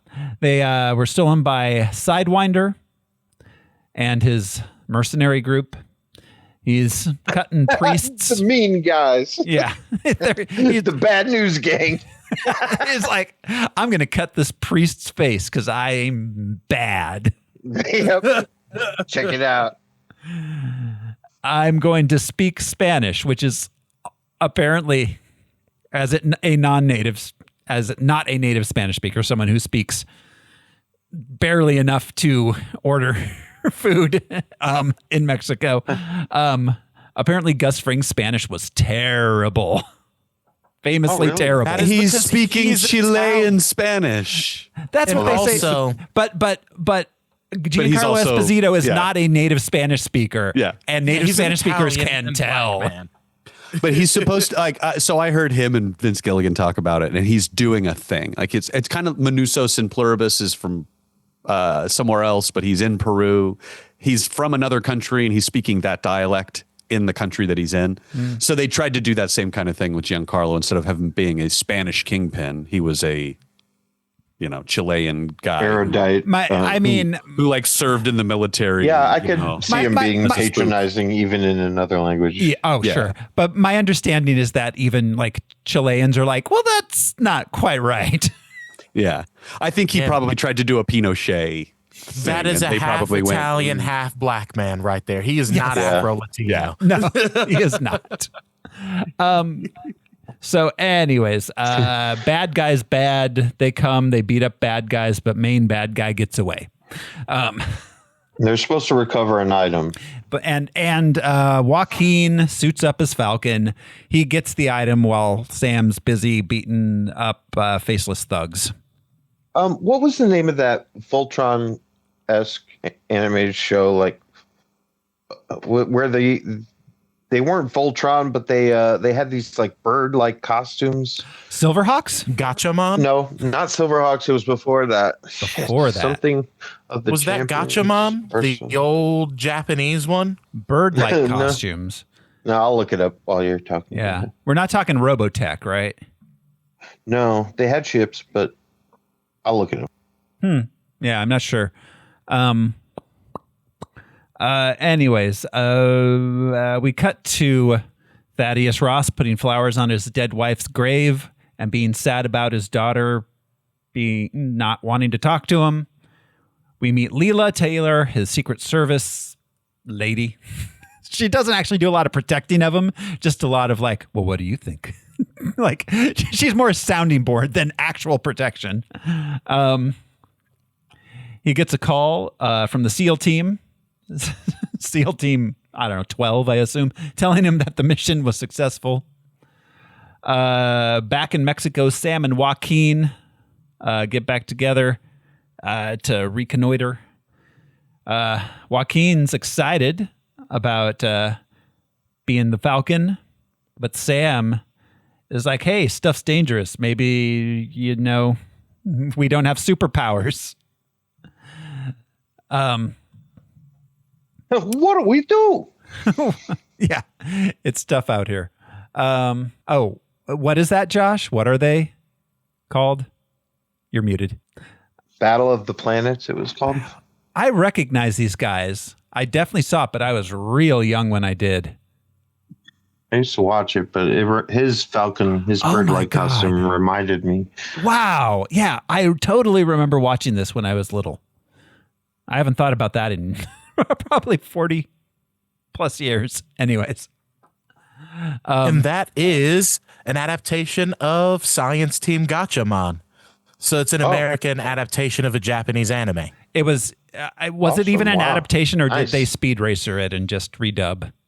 I think they kind of speed racered it and then edited things. Mm-hmm. Yeah, it might have been Racer, the same Robotech. animation house. Yeah.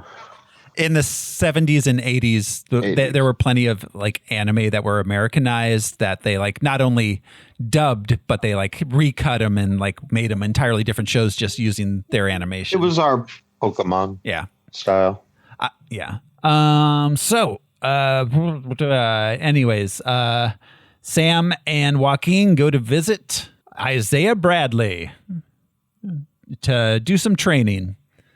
They play Capture the Flag, and then Sam gets a call from the president. I do like, as an old Captain America super soldier kind of moment, him swinging the heavy bag around like it's nothing. That's and then throwing it like Cap punches it when he first meets Nick Fury or Yes. whatever scene that is. Yeah. Yeah. This Isaiah Bradley made me really miss having our lead have actual superpowers. And a deep character background. I mean, you do feel bad for him if he had just not been talked into going. I really, really, really, really hate the choice to not give Sam the serum. I just really hate that choice. If he's Yeah, it is weird. Like he has to prove on his own merit. Yeah, constantly. again, like you can be Captain America, but we're not going to give you the super serum. You don't get into the superhero club. Wonder why. A white guy can fall up. You got to prove yourself. Yeah, as my kufi appears on my head in this moment, it is like an unintended piece of narrative on like being black in America, getting to a position of power or of exception. And it's like, yeah, you know what? Even though you're fucking Captain America, dude, you are the representation of what we should be. You're the ideal citizen. You don't get fucking powers, buddy. Nope. And still gonna neuter and any mediocre nepo baby white guy can be president. But if you're going to be a black president, you've got to be fucking Barack Obama. Yeah, like squeaky clean. You've got to be perfect on your own merit. Again, yeah, like it's like Sam just constantly has to prove that he's worthy of it. Yeah, we get it over and over again. So he gets a call from Ross. They want him to go to the White House to a summit with world leaders. Sam says yes, but Isaiah Bradley has to be invited too. They arrive at the White House in a limo. The limo scene is fantastic. All the little scenes that are supposed to be like the funny little humanizing Marvel moments that we get, like in Ultron, where the Avengers are hanging out and playing with like the hammer and stuff, like are real bad and tacked on in this movie. Yep. Yeah. I have so many questions about places in this movie. So we go to the party, right? Like, we'll see you at the party. Cool. We're all in the car together now. We're at the White House. This would have been a perfect place to introduce where the fuck we are later in this movie, because there's a moment later in this movie where we step out of the Marvel universe and into a hazy gray box with a star on it. Where is that fucking hazy gray star? Is it supposed to be Avengers compound? I don't think they went to New York because they were going to a party later that night. You think they would have gone back up there to get their stuff, because that's where Sam like lives. It's where his clothes are. I mean, yeah, you're right. They don't tell you where it is at all. No. Wait, where what is? Where the room, where Sam's house, where that room is that he materializes in and out of to do his strategy and tactics planning. Where Joaquin, like, it's not even like a spawn point. It's like the waiting room before you drop into Fortnite, where everybody's like doing their dances. Right. Like, it's not even connected to reality. Yeah, but also like Joaquin is doing his super hacker work in there. Like, yeah, what is it? Because it's not a bedroom, it's not an office, it's just an all-purpose room. Okay. Also, do they live there together? Because I have more questions. Oh, I mean, because I don't see more than one bed. According to, like, as far as I can tell from this movie, they're roommates. Bucky is going to be so pissed. They're the best friends gang. Yeah, you know, Bucky is like, I guess I have to get back into that Winter Soldier shit. Start spying on Sam. Be like, yeah, damn, I thought we had something, Sam. I thought he was my sidekick. You can't have your own fucking sidekick. It's like, It's like all of the Sith that keep getting their own apprentices, even though they're supposed to only be two. It's like finding out Robin has a kid that he takes out on the weekends to fight crime with. Batman would be so mad. 25-year-old he adopted. Anthony Mackie is just drowning in the background like, marketing said I'm the leader of the Avengers, guys. Come on, I'll sue you. So I guess I'm just assuming that Sam Wilson is a DC guy because the first time we see him, he's running around the pond. Yeah. That's the assumption. Because in the first movie he was working for the VA. Yeah, he's a therapist. Al, that was like 13 years ago. that was before the snap when everybody's housing arrangements got tossed into the air, and sometimes you need to have a motherfucker get out of a car and walk into a door. Yeah. He's in DC, or he's based in the DC area. A limo picks him up to go to the White House. Right. So my question is more about like, what is this space he is in? The locality of that. Well, and I see. And like it, you know what it makes me think though? This is the part that makes me laugh because every time I've watched this movie, I've asked this question, but it makes me think, are they in the Washington Monument? That's like, where their secret headquarters. Is this Captain America headquarters? Is this like a Batman weird? Like, oh, I have a lair. It's in a weird spot. You'd never guess. Like, oh, a waterfall, dude. Of course, that's where we guessed you. Well, I knew the Washington Monument was for something. Well, so and Captain America plans. And it's weird because he's talking about because he's working for the president, and then later on he's like, I'm going to have to work for the president. But he was already working for the president doing this mission. Right. But then also it's like, so I guess you're federally funded now, Sam? Yeah. Is he volunteering for DOD in that? Then he's still apparently broke, so he's not pulling a salary. But he has this amazing apartment. He's like a G2 or something, like making janitor wages. No, I have a lot of questions about what Sam Wilson's relationship to the government is in this movie. Like whipping boy, that's his relationship. Get in line, black man, and do what I tell you. You're not Steve Rogers. Unpaid labor.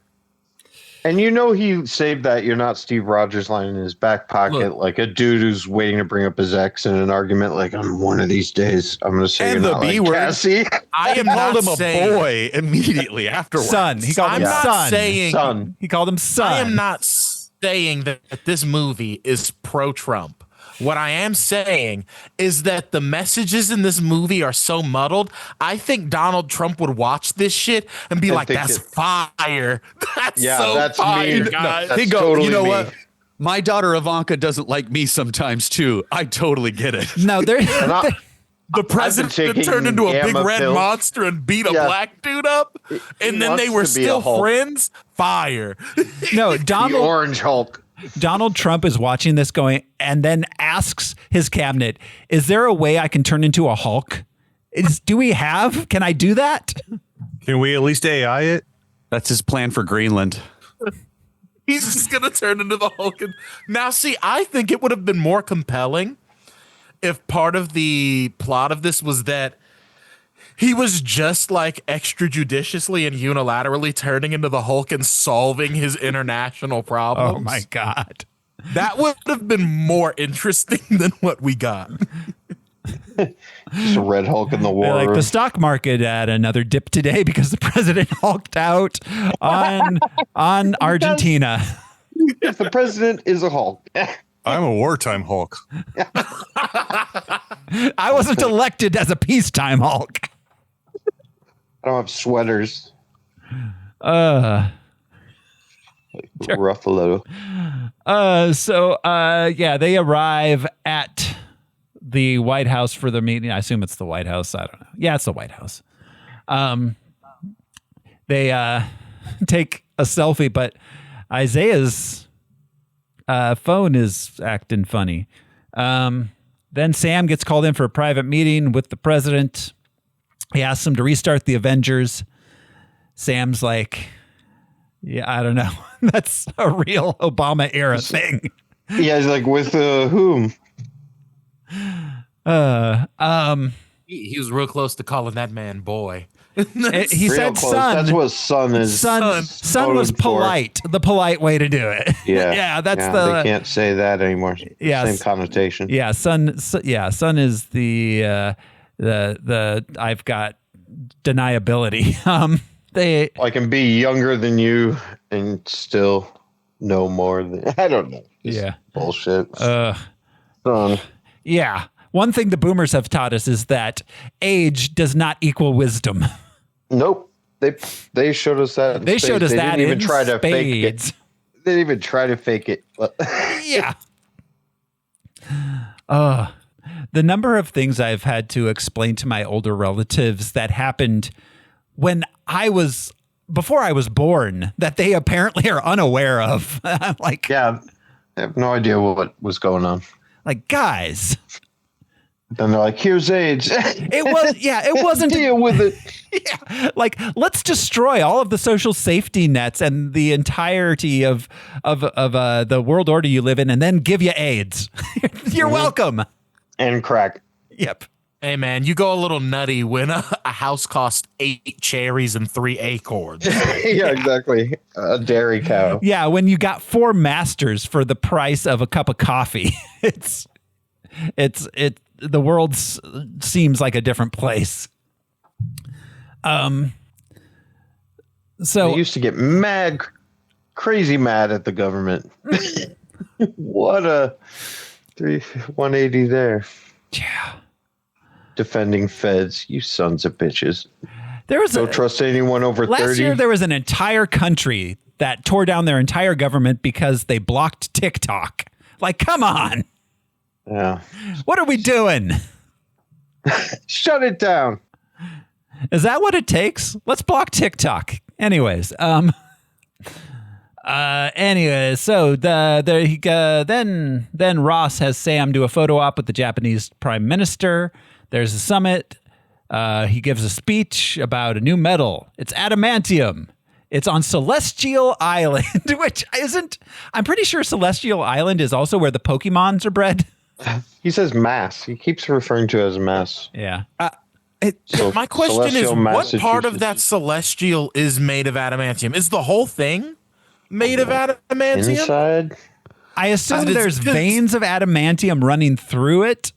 Seems to me like there'd be enough for everybody. Celestials have adamantium for endocrine. Oh. It's the celestial endocrine system. It's their precious fluids. I'm completely making that up. God damn it, Al. Damn it. We bought into it. It's easy to get me. But you got me. It is easy to get me. Yeah. It's super easy to get me. So all the questions of the science of the chemical nature of celestials aside, why is the fucking president introducing an element to world leaders in the White House like a TED Talk? Don't you think some scientists would have been like, hey, we chiseled a piece off that and we released it. Science released a thing. Like the president's like 3 months behind the science at this point. You know what I mean? I see your point, but again, we're at this point where the asshole in the suit is more trusted than the asshole in the lab coat. Like, that's fair. They won't. If Trump said eating your shoes was a vaccine, everybody be sticking shoes in their mouth. Like the dude that wrote Dilbert just died of cancer because he tried to treat it with ivermectin. So, like, what world are we in? Hey. Yeah. Honestly, comment on Adams. A better one. A better one because of that. Yeah. I'll comment on Adams. Fuck that guy. I loved Dilbert as a little kid. He was before I had a job. He was the fucking the guy who also tried to make the Dill burrito. It was a Dilbert branded burrito that had all of your daily vitamins in it. Back in the day. That was Look it up. It's a real thing. It's a real thing. It was awful. It did not do well.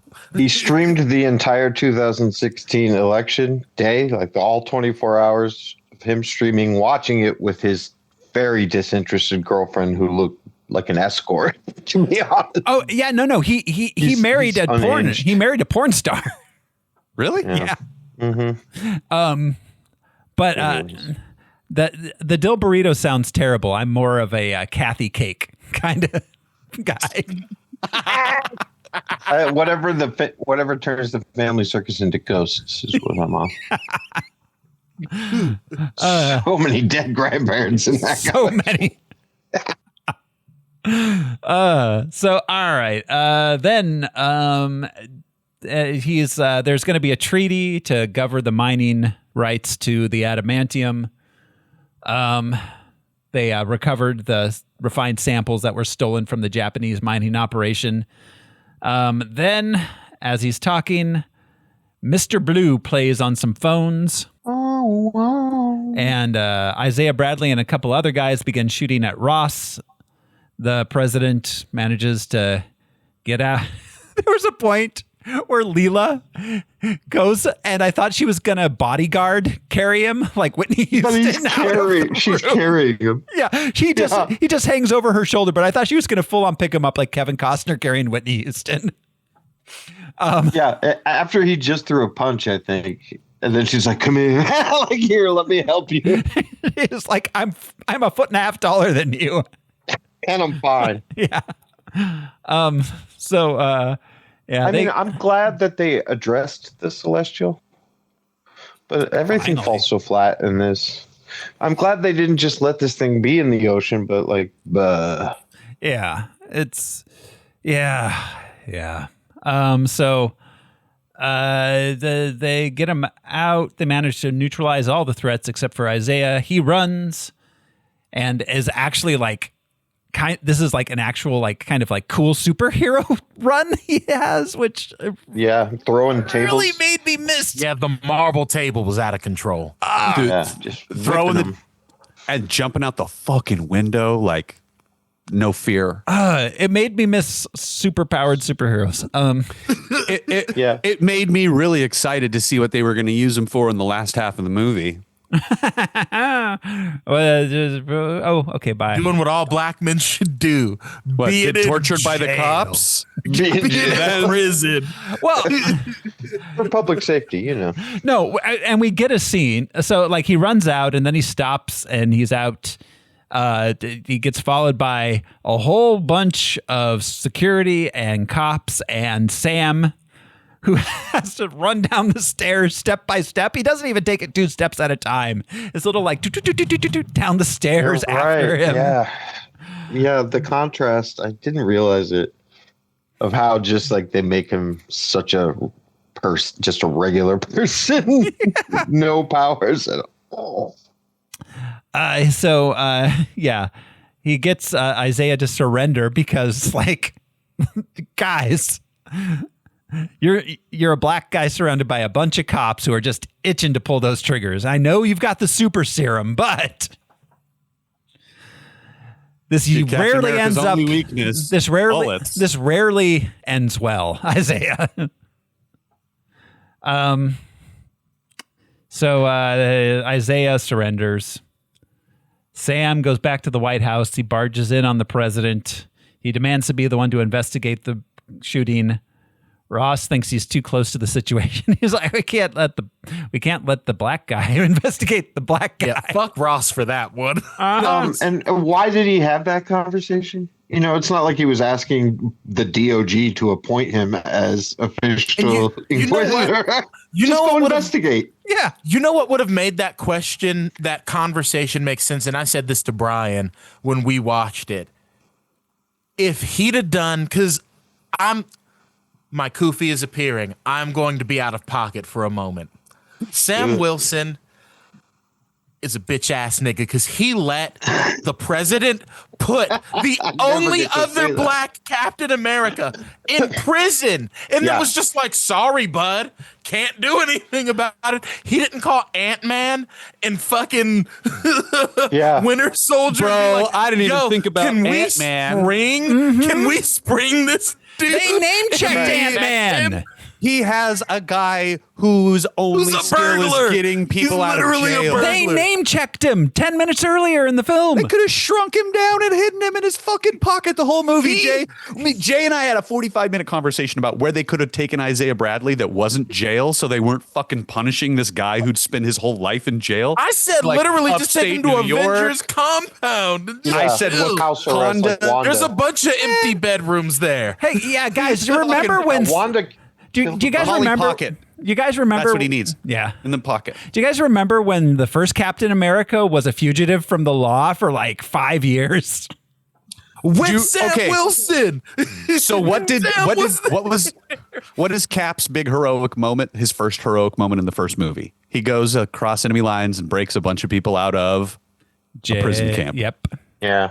Dare I The say, second one. even then, his first heroic moment is jumping on that grenade he thinks is live. There isn't a single Captain America movie where he's siding with the authorities until this one. Exactly. Yeah, exactly. Yeah. And he's like, they had me on the raft. Like, and this scene, I didn't even realize the cultural undertones there, but like, Sam is basically telling him, you know, don't run. It'll be worse if you run. Like that bullshit line Trust of like, if the you system. if you just come with me and answer my questions and do everything I say, you'll be fine. Mm-hmm. Which is bullshit. Will you be It's fine? Like, I have 30 guns pointed at me. They're going to treat me. And like same even way. deep into the capitulation, Isaiah hates being confined and held so much. And he even says to the guard people, he's like, the only thing keeping me in these shackles is me right now. Yeah. Frankly, cooperating. Why is he cooperating and capitulating? Frankly, at this point, Isaiah's lucky they didn't deport him to Colombia just cuz. And obviously Ross cares about optics, but like they all catch on pretty quick that he didn't do it himself. Like they find the phone clip pretty quickly. Mm-hmm. Even Sabra does. And she's like, hey, I think it's that. But let's not spring him. Nope. Let's visit him. Yeah. The only dude with superpowers in the movie. And they figure out he's innocent, but you know, the system's the system. I just want to thank Jeremy for being the one to break the podcast's N-word cherry. I think it's happened plenty of times before. Has it? Has it? Yeah, I try to be pretty. I try to be pretty. I've got to say, I've said it. And I'd be the one. Wait a minute.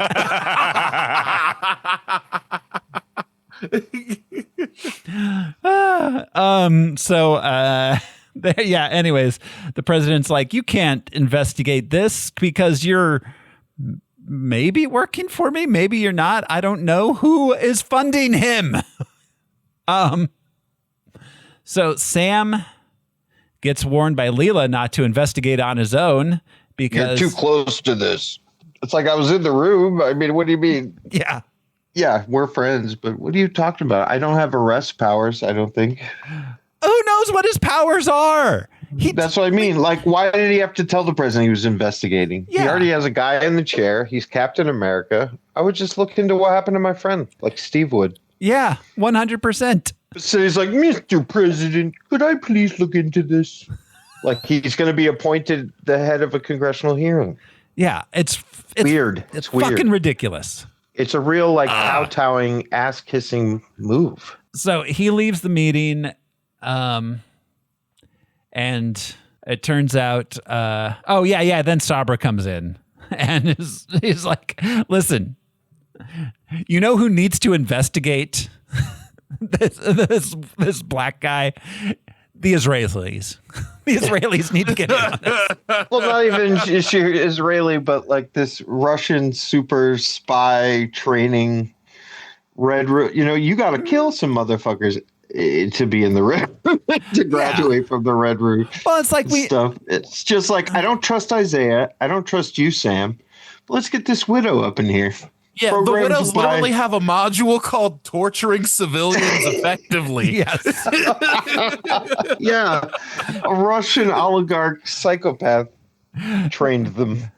Well, yeah. And But again, to the point, like, I trust her. I don't even trust the head of my Secret Service, Leela. It's fucked. It's weird. Yeah. Everything about this movie You know, us white people got to stick together. I guess so. I know Black Widows are bred to lie, but okay. Yeah. Yeah. You're spies. But yeah, that's why I refer back to. She's got the right Family Guy meme. Complexion. Just getting real low.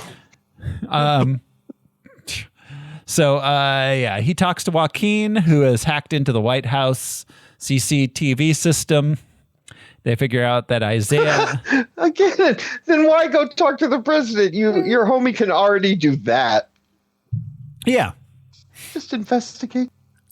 So they were triggered by flashing from their phones. I also am triggered by flashing from my phones, but it's usually has a different result. I don't have to be brainwashed. I'll do pretty much whatever it tells me. Yeah. You're like, ooh, I have to buy me some Prime. Yeah, I'm going to eat that with my face.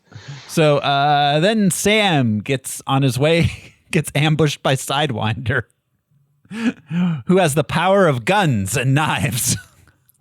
That was a dope move, though, to shoot the big hole in the windshield and then lob a grenade. Yeah. If you're the Captain America who doesn't have any fucking super serum, being the guy whose superpowers are guns and knives is not a bad superpower. Pretty effective, yeah. Yeah, dudes were volunteering for that gig.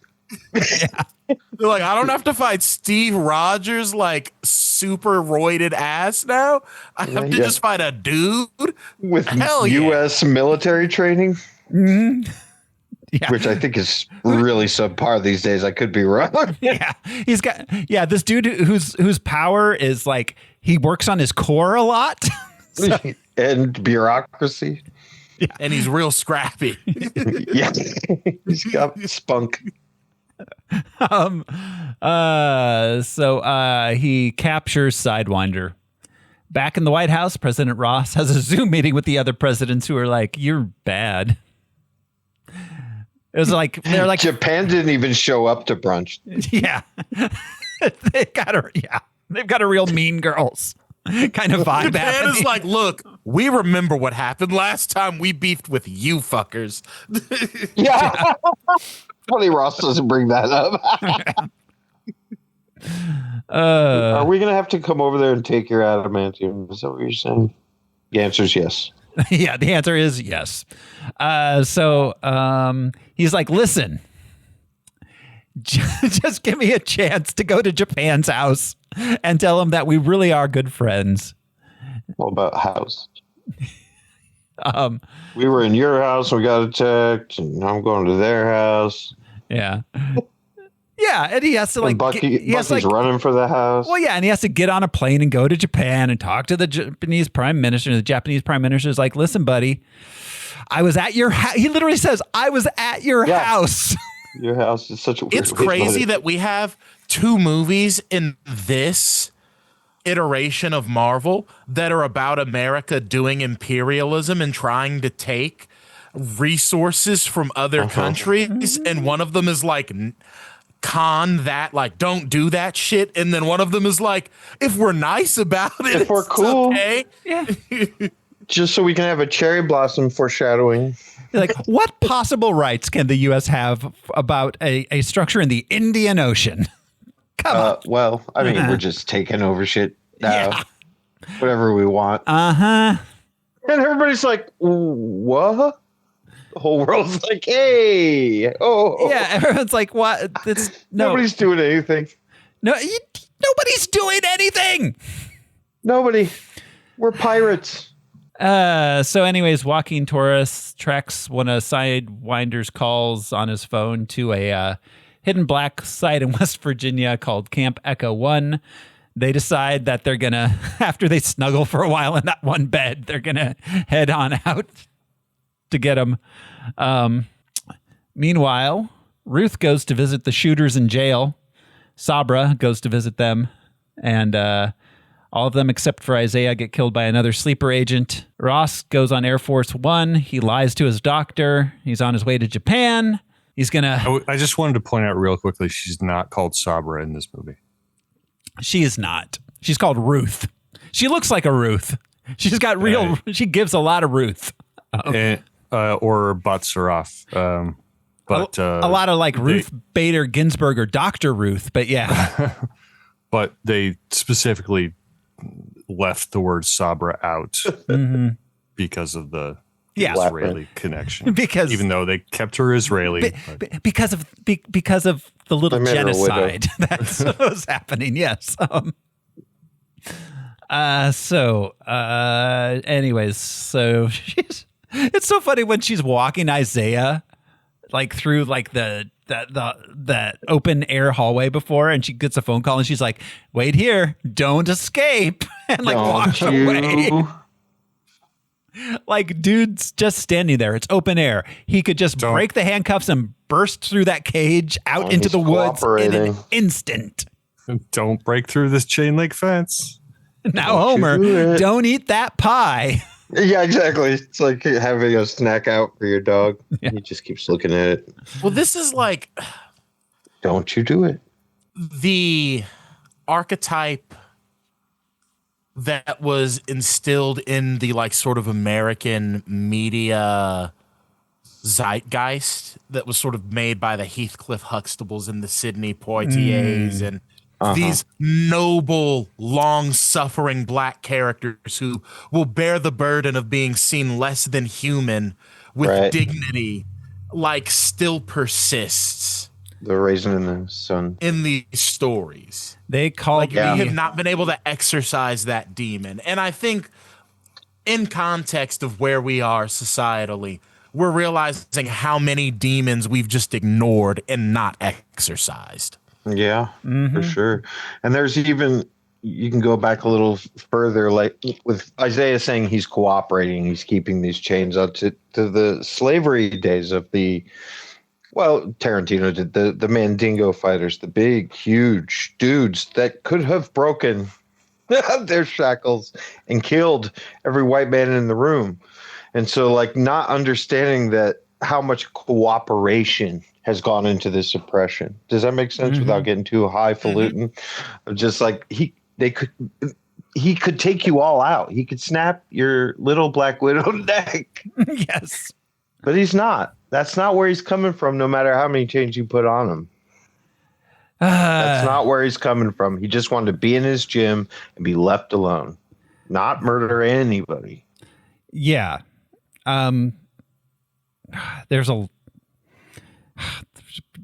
There's a lot happening in this movie that's really, really, really bad and problematic from so many perspectives. It didn't notice. That's why it feels like it's written by Chat. I don't even think the film itself noticed. I think it thought it was being noble. Like, come on, man, just listen to the cops. Kind of shit. I don't think it knew what it was even saying. Yeah, there was a real, like, if you just surrender to the cops, everything will be fine. Yeah. Just comply. Just comply. Why are you resisting? Why is that the first thing you're saying? Just comply. What laws are you enforcing currently? Tell me specific laws that you are enforcing. Yeah, see, that's the African, the black man's struggle of the, like, we'll find a crime. Don't worry. Crime will find you. We'll figure it out. Well, and also until then, get down. The process is the punishment. Exactly. Just getting hemmed up. Yep. So, anyways, then the president gets a call from Mr. Greenhead, who tells him that he's mad because he was mean. You were mean to me, and now I'm mad. I gave you your secret promises. I gave you your secret Hulk pills, and you were still mean. And he's like a probability genius, but he's in a solitary, I don't know, only based on the information he's fed. Yeah. Do you know what I'm saying? Like, yeah. If he's not, I doubt he had a probability for Thanos. Mm-hmm. Yeah, exactly. So, the leader, he's Dr. Samuel Stearns. He got his super smarts after he was exposed to Bruce Banner's blood in The Incredible Hulk. He's been in jail. And Tim Blake Nelson was like, you know what I didn't do the first time, really bring it. Yeah. He's like, I'm going all out this time. Look, this movie, and like another weird thing is it has so many like mid 2000s isms. Like the villain talking in a dead monotone. Yeah. To appear aloof and mysterious, and it's like, or let the motherfucker act like. Hello, Clarice. Yeah, it's just very histrionic. Samuel Stearns is I'm in the jailhouse now. And He was the soggy bottom Harrison boy. Ford actually, Thaddeus Ross rulked out mostly because they tried to give him fop. Yeah, he's a dapper Dan man. Make this place a geographical oddity. 2 weeks from everywhere. Yeah. That's where we are now because Trump, that's his go-to. Couple of weeks. Yeah. 2 weeks. Couple weeks. 2 weeks. 2 weeks from everywhere. So, anyways, yeah, after that call, he calls Ruth and tells her, go take care of the leader. Sam and Joaquin arrive at Camp Echo 1. They break in. They find the leader and learns how he uses technology to control minds. And leader. He escapes by making them fight mind-controlled soldiers. That moment when he hits Sam with the repulsor ray thing and says, don't be boring, was like the movie Screaming, kill me. Subconsciously. That was all of us. Don't be boring. Meanwhile, in Japan, President Ross tries to get the treaty back together. Japanese prime minister's like, nuh-uh. Then Ruth... You're right. I think it was Jeremy. Like, okay, well, we still have military control over Japan, so I asked nicely the first time. Yeah. Yeah. So Ruth... I assume that a lot of the geopolitical status has eroded post Thanos, and that there is no hegemonic power anymore. That's probably true. Kind of thing. Yeah. That's why he would be hosting other countries. But at the same time, like, the fuck? We still have all those tanks and shit. Yeah. Well, yeah, we didn't let you militarize fully. That's why they became technological giants. They're like, what if we spent our money on us? Oh. I wonder if the Japanese well, spent America's making a bigger scope on a bigger But scope. also, what is it? Japan's been living in the 90s since the 50s. Yeah. But did Japan take those 5 years of the snap to just industrialize so that they could conquer the world, being like, fuck it, everybody else is in shambles. We're going to do this shit. It's our chance. No, I think you're right. Hegemony has kind of, yeah. It's a good point because the government didn't know what to do with the blip, which is what Falcon and Winter Soldier was all about, and made it cool. Yeah.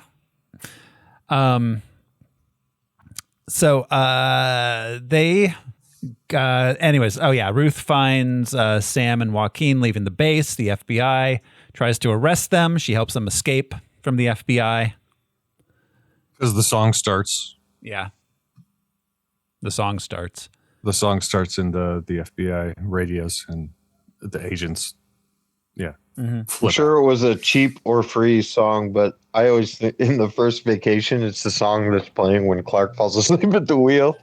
Yes. And ends up at the motel accidentally. Yeah. Ooh, wow. They go and meet with Sam's friend, Dennis Dunphy. He's like, you're so stupid, Liz. Yeah, exactly. The Stanley Cup and I are going on tour to fight illiteracy. Sidewinder in custody.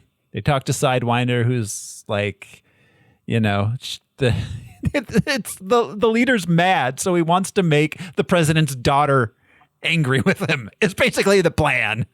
This is like Marvel's Martha moment. Yeah. When he says, and Betty's going to be even angrier. What? Betty? Also, why does Sidewinder hate Cap so much, dude? He hates that man for like no apparent reason other than he's not got superpowers and he's easy to kill, I guess. Or he's an Uncle Tom type character. I wonder. They don't Don't delve make into me that. like Sidewinder, Josh. But I mean, so- how do you not look at Sam and think? I don't mean sell out as in money, sell out as in soul. Cultural sellout. He sells out his ideals for sure. Oh yeah.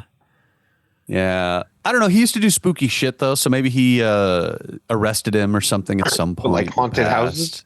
Well, like spooky, Spooks like CIA. like CIA David stuff. Pumpkin. Not Yeah. spooky, scary skeletons. Yeah.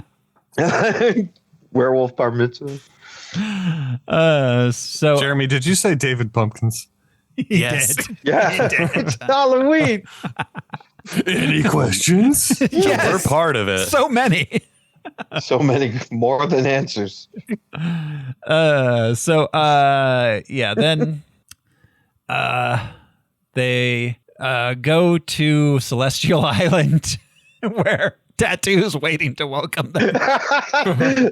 Apes, they're just not that big. Yeah. So this is like in the Indian Ocean, right? Yeah. Yeah. There are so many fishermen and boat people in the Indian Ocean. And what are they called? That island where they keep killing the missionaries? Sentinel Island. Sentinel Island. Sentinel But, Island. like the whole idea that the military would be able to like secure this and keep people on boats off of it is kind of a pipe dream.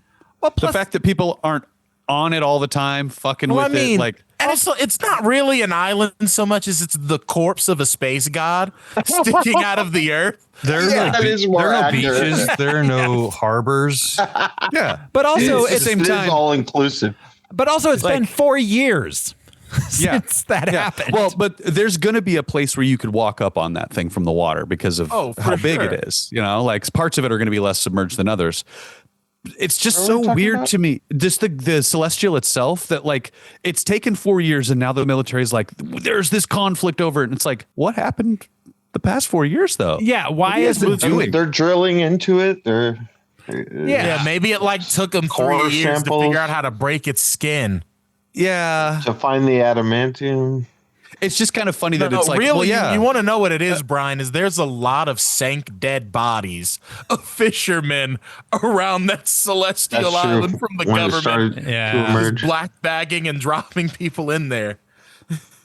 So there's a big fight over the island because 2 American pilots are going to attack the Japanese fleet, and Sam and Joaquin have to stop the planes, and they convince the Japanese to not fight. Get mad. Yeah, don't be mad. That's Japanese about all they people. can do. Yeah.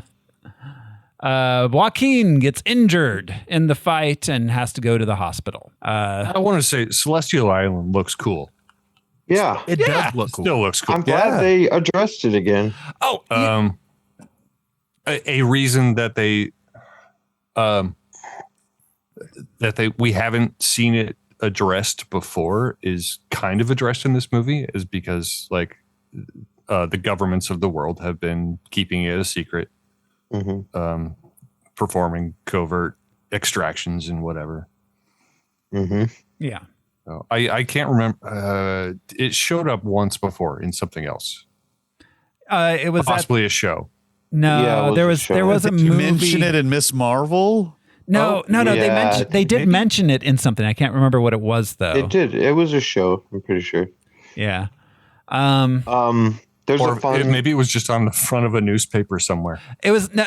It was on. Could be. It was on. Probably It was Marvel. on a Chiron, on a TV in the background. Okay. Yeah, that's right.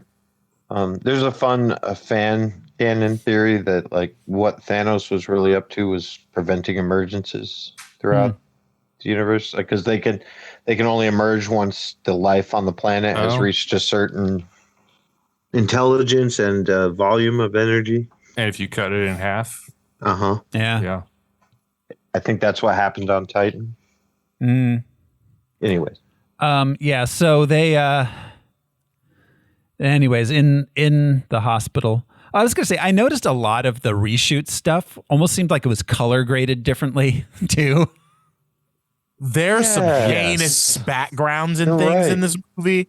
there's some things that it is crazy. They made it past quality control. It's bad. It's a bad looking film in a lot of places.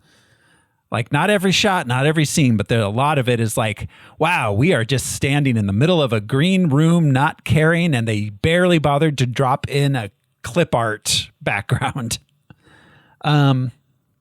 So they, anyways, in the hospital, Bucky shows up. Another guy that actually has superpowers. We learned that Bucky is running for Congress. And a special weaponized arm he got from Wakanda. Yes. I know Sam's suit has vibranium in it, but like they nursed him back to health, gave him this bionic arm, and Sam still just training. And now jogging and shit. But now Bucky, who owes his life, his freedom, his mind to the Wakandans, is serving the U.S. government. I hope he's a fucking Manchurian candidate. Well, I mean, Thunderbolts is coming up. Yeah, I think he's gonna abandon politics as soon as the global threat again. So Bucky has too many screws loose to be Captain America, but just enough screws loose to be a congressman. Be a congressman, exactly. Yeah. You gotta be crazy to want. Where's to do the that. lie?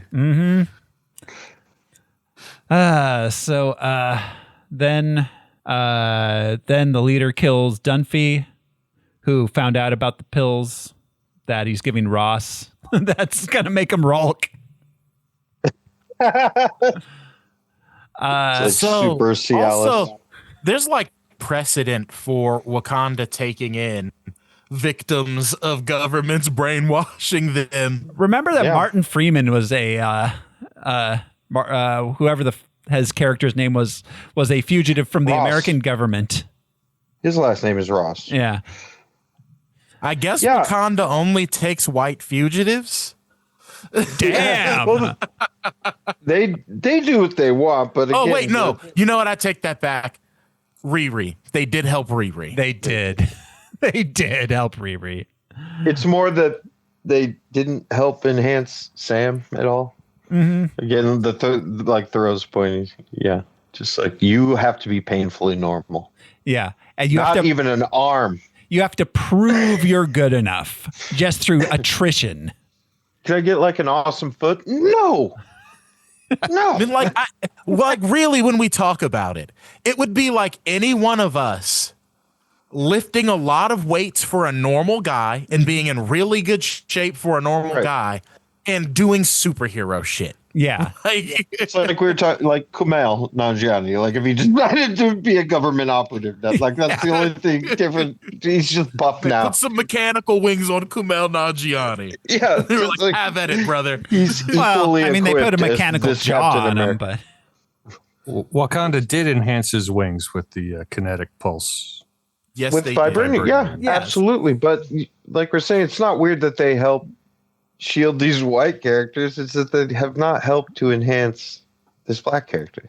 It is an interesting Like they point have that the nobody's synthetic- thinking about. They have the synthetic heart-shaped herb now. yeah. Yeah. Like they have their own super soldiering thing again. Or again, like some sort of cyber attachment made of it. I don't know. Bucky's mostly arm, let's face it. But instead, it's don't catch me slipping. Yep. Just like, don't sneak up on me with a gun.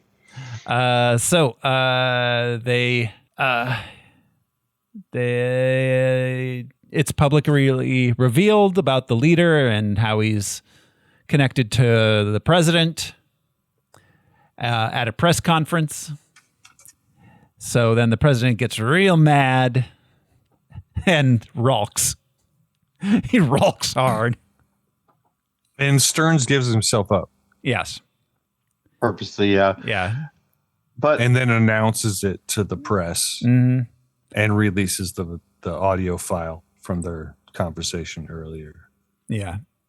The And biggest again, thing these implicating cowards Ross. avoided was comic book accurate Rolk Ross lighting a cigar with his own finger. yeah, that would be cool. That would have been so cool. But it's the recording that sets him off, but it's also that particular recording where the leader talks about Betty. And just prior to this, he reconnects with his estranged daughter.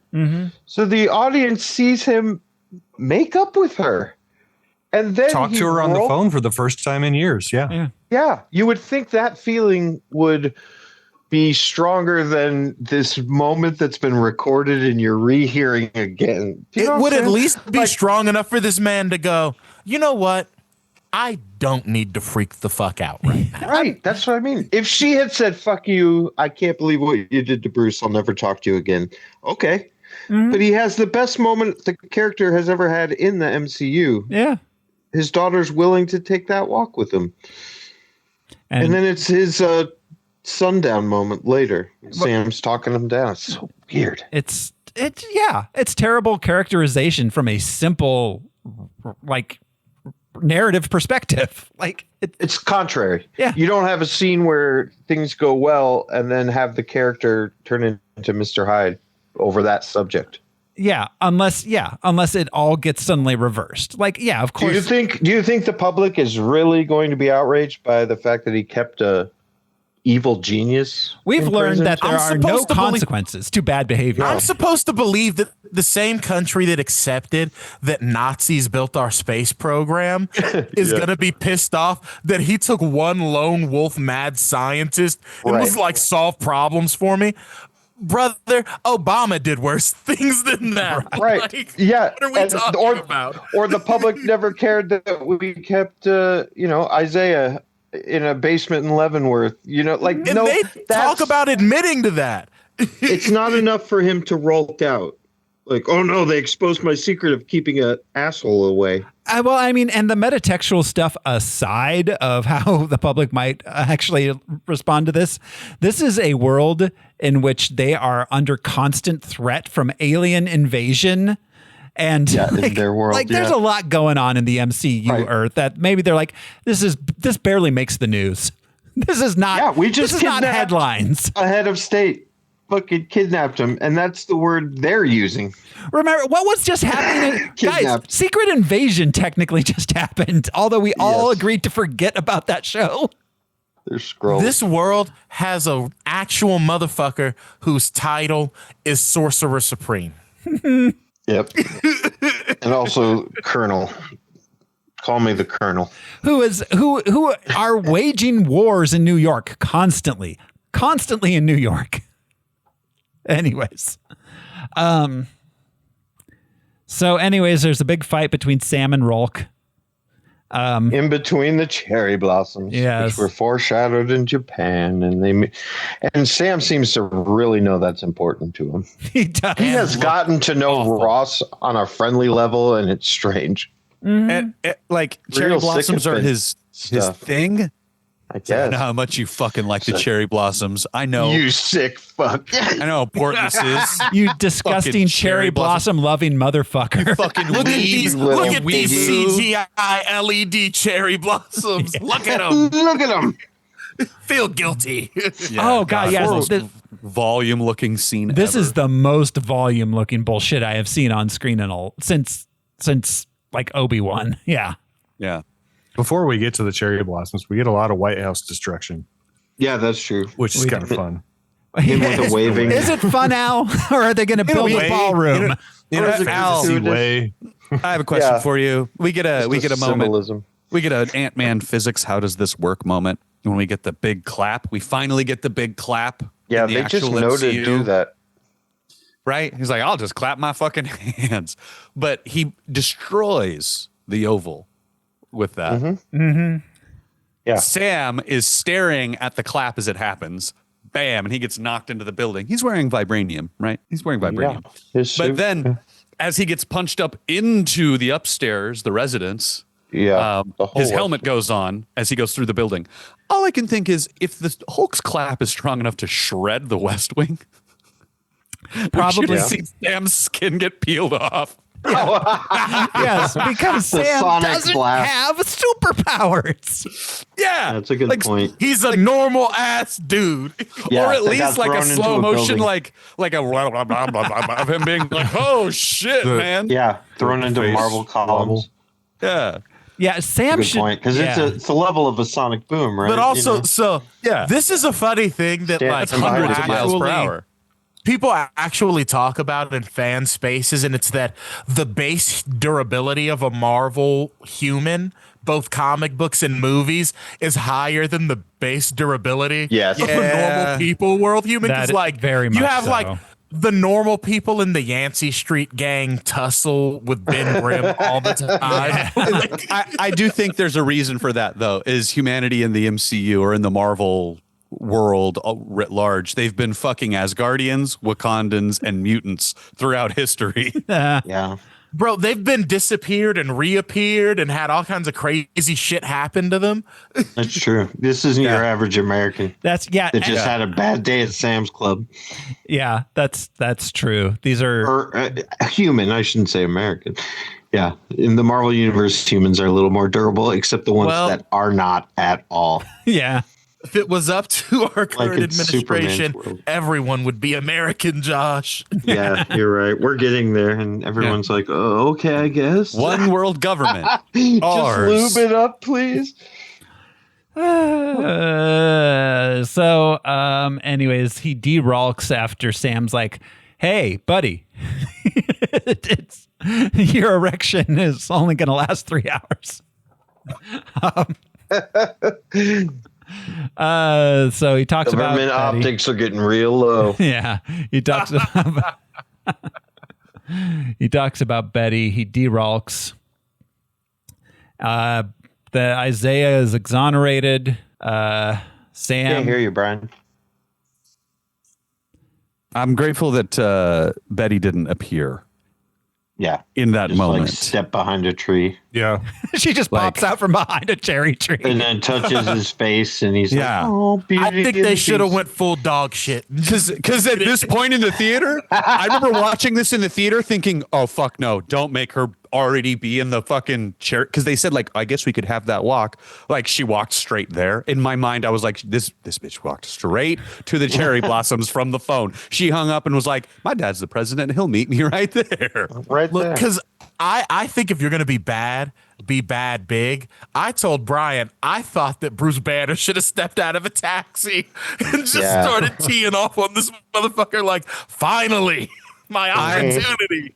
I would have loved to see Bruce Banner and Elijah Bradley and our Captain America have to beat the fuck out of this guy because he's worse, arguably, than a Hulk. It's a little weird that Bruce Banner never appeared in this movie. It's weird. Yeah. Like, we know that Ruffalo will do it. Yeah, Ruffalo enjoys his paychecks. Yeah. Ruffalo would have spoiled it if he did it. Yeah, that's fair. That's fair. They're like, "Oh, did you know there's a Red Hulk in the movie?" He's like, "Oh shit, I was going to tell you guys that." Are you shitting me? Yeah. Instead, the trailer just spoiled the movie. Yeah. It showed us bits from every act, every set piece. Yeah. So, anyways, Sam asks Joaquin to join the Avengers. The treaty gets ratified. Ross is in the raft, where he gets visited by Sam and Betty Rubble. They and everything's fine. And he's like, "I'm sorry." Then the credits roll with the whimper. I do love their like little acknowledgement to the brutality of policing and carcerality in America, where Thunderbolt Ross is like, "Yeah, it's not super comfortable in here," and Sam's like, "Is the food still bad?" And he's like, "Yup." Yeah, exactly. Talking about two old jail homies. Yeah. Talking to like Post credits, the leader tells Wilson there's going to be other worlds. I know. It's so funny. It'd be like, "Bro, it happened already." Yeah. So is he the Kwisatz Haderach? Is his probability vision like just branching futures? Because he says, "I see every possible future and every possible outcome." So are you the Kwisatz Haderach guy? I guess Like, it is. This is my question. Do you guys think that Sam Stearns is making it back into another movie? Because I don't. No. They want to forget everything about this movie. It'll be for him to get stepped the fuck on immediately. Yeah, I mean, there could be, same with Kang, there could be a scene or even an off-screen scene where Doom takes care of a lot of these fucking guys. Yeah. Just like, I don't even want to hear from them. After watching the God Butcher kill no gods, though, I don't think they got it in them. No. Still insane. I mean, I would hope, but we'll see. They're gonna have to make this guy Darth Vader level bad. Like, immediately. Yeah. I hope you guys Immediately. understand that he's going to be very disappointing. Oh, I know, but yeah. I'm easy to please. I hope there's some I just sort. like seeing it. I hope there's something of like, this is the guy that killed all the Kangs. Just say a line. Say something say to it. wrap that up. One Yes, line. please. Well, we've already seen little brief shots of what seem to be the Citadel, so it would make absolute sense that Doom takes the Citadel at the end of time. Yeah, cool. There's also, I don't know, if you watch Screen Crush, Ryan's got all kinds of theories. Oh, that yeah. are pretty fun. Yeah. But yeah, about the kids. He's gathering all the kids. I'm curious. I'm excited, but I don't think Sam Stearns is. No, I don't. He's just like, believe it. stuff is going to happen in the future. They're coming here, man. Other people. Somebody from other just places. told him about the multiversal events, and he's like, "Oh, well, that changes the probability." Yeah. Now that I know, Yeah, now that I know. So, all right. Other worlds, Sam? Worlds? Two alien invasions? Asgard? This is known. yeah. So, what info do you have there, buddy? So, all right. Any final thoughts, guys? Unanswered questions? Why are they cowards? I don't know. Good question. Is this going to lead to a Disney Marvel, since we're doing like a Manchurian Candidate that like, I guess thinks, I don't know. Are we going to do the white man's burden at some point? Is that where we're getting to? Jesus. Because like, that's kind of like between Secret Wars and this, that's kind of what the politics of the MCU are. Hey, in the multiverse, the White Panther is possible. If it's not Gosling, I don't want it. If it's Gosling, I'm dead, dude. I'm dead. if Gosling is the White Panther. There was a Graham Norton interview where Harrison Ford kept calling him Brian. and Ryan Gosling thought it was hilarious because, of course, it's his hero, Han Solo. I assume He's that like, was Ryan. Ryan? I assume that was. Well, you're really good in that thing. Well, I assume this was around the Blade Runner 2049 time. Yeah. When Harrison Ford just punched him, straight up punched him in the face. Yeah, they took all the piss out of Ross. Yeah. Why are we supposed to not hate him? I don't get it. Yeah, Harrison Ford does asshole good. Let him do it. Yeah, why did Yeah. we redeem him just to throw him in prison? And then he redeem him again. Why look, if we're does he gonna have to be likable? Yeah. If we're going to do a mid-2000s superhero movie again with Iraq war politics, like at the end, this dude should have been, look, I'll paint a picture for you. Smoky, dark room. You hear people talking. In walks hulked out Ross in full uniform like he does in the comics, because this motherfucker is hulked out in full like general's regalia in the comics multiple times, with his mustache back, lighting a cigar with his own finger because of his thermal powers, and he's talking to fucking Bucky or somebody like, I'm putting a team together. What are you gonna call the team? Thunderbolts. And big fucking, like, if we're gonna just be hammy and That would have comic made this booky movie's about ending worth it. They were exactly. afraid If to we're gonna do be that. comic booky about it, let's not like half-ass it. It is be comic booky. It is Embrace crazy that they followed Thunderbolts up with the introduction of Red Hulk and didn't connect them in any way whatsoever to Thunderbolt Ross. Yeah. because they definitely hilarious. are in the comics. Yeah. So Venom's in there, which we know Venom's in the universe. all right.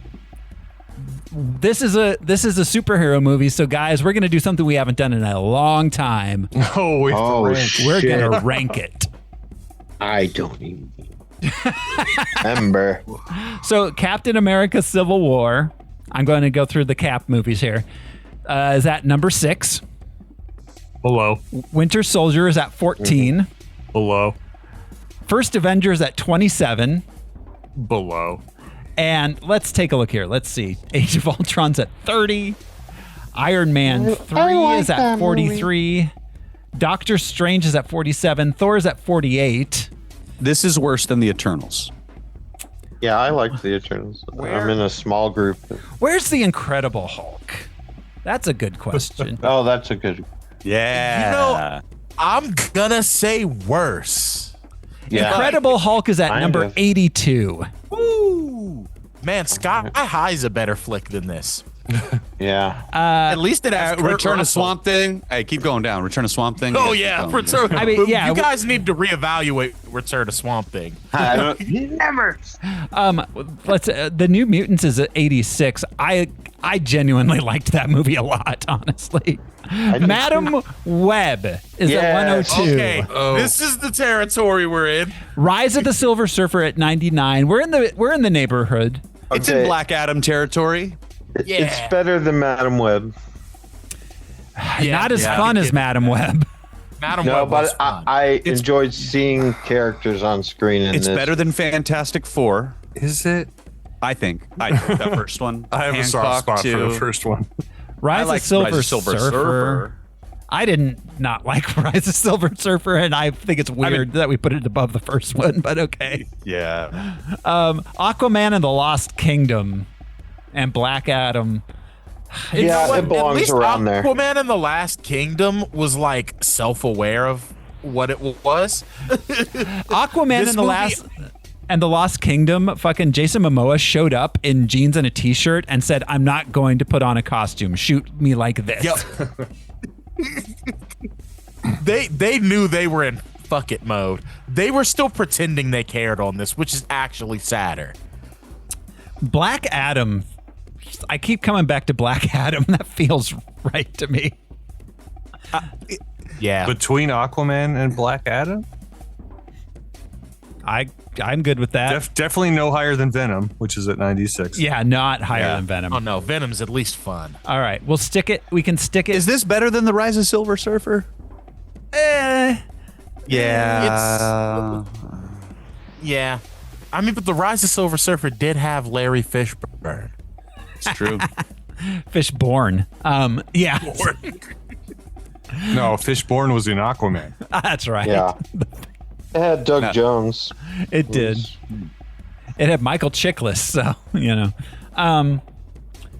let's stick it between Aquaman and Black Adam I'm good with and that. call it a day. Yep. So there we go. We are putting Captain America, Brave New World at number 98. It's crazy that they really looked at the first black Captain America and said, what if you were more right wing than Steve Rogers? What if you went to jail and so did your friends? Which is at the bottom, in the bottom half. It is in the bottom half of movies. We've done 176 superhero movies. Wow, only? Yep, only 176. But we'll be doing another one. We will be doing another one next week, because next week on Harmless Phosphorescence. Wait, do we need the thumbs? When we rank, we don't thumb. Oh. Yeah. Unless you want our to, rank. Al. I think we've got it. Yeah. I think we have enough bullshit in this. If I had to thumb, I'd still go up. I would go Jesus. down hard down, Al. I'm sorry. Every time I watch this movie, Al, it makes me more angry. And not every Marvel movie has that effect that I don't like. This one in particular, I just find more things to I dislike don't about. like it. I'm an outlier. Well, You just like stuff. Don't apologize for it ever. It's an Ever. incredible yeah, thing. it's your superpower, Al. Keep it pure forever. Find a silver lining. But next week on Harmless Phosphorescence, we will be watching Thunderbolts. That was good, I think. I really enjoyed. I enjoyed it quite a bit. Was solid. I felt Yeah. my feelings in that movie. What if It was the funny. what if the what if the real villain was feeling sad? Yeah. Yeah, depression. So When that shit can kill other people, It's dangerous. Hey, man. And you know what? It's not even a bad message because how do they handle the depression? Togetherness, community, The power of friendship. fucking friendship. Make them feel better. The power of friendship is still a good winner. I Get will them say sober. that's what they learned from this movie. They learned that the power of friendship between Sam and Thunderbolt Ross could bring the world back together. Not him and Isaiah. The power of loose political affiliations between people who don't like each other much. Should have just been Monsters Ball with them too. So, all right, that's it. That's it for Harmless Phosphorescence this week. Until next time, thanks for hanging out with us, everybody. This has been one of your hosts, Joe Smiley, and I'm going to stay in my damn house and mind my business. Amen. I'm Josh Cece, and you wouldn't like me when I'm political. You wouldn't. Oh my God, my daughter found me, and I guess I have to talk to her now, and I'm trapped in this prison cell, and there's nowhere I can go. I'm Brian Lesh. I'm the hero, and I'm Jeremy Reed. I'm 110 years old in Alaric Weber years, and I got the houndstooth on. He does. Look good in that houndstooth, man. He's getting old in years. We'll see you next time, everyone. Bye.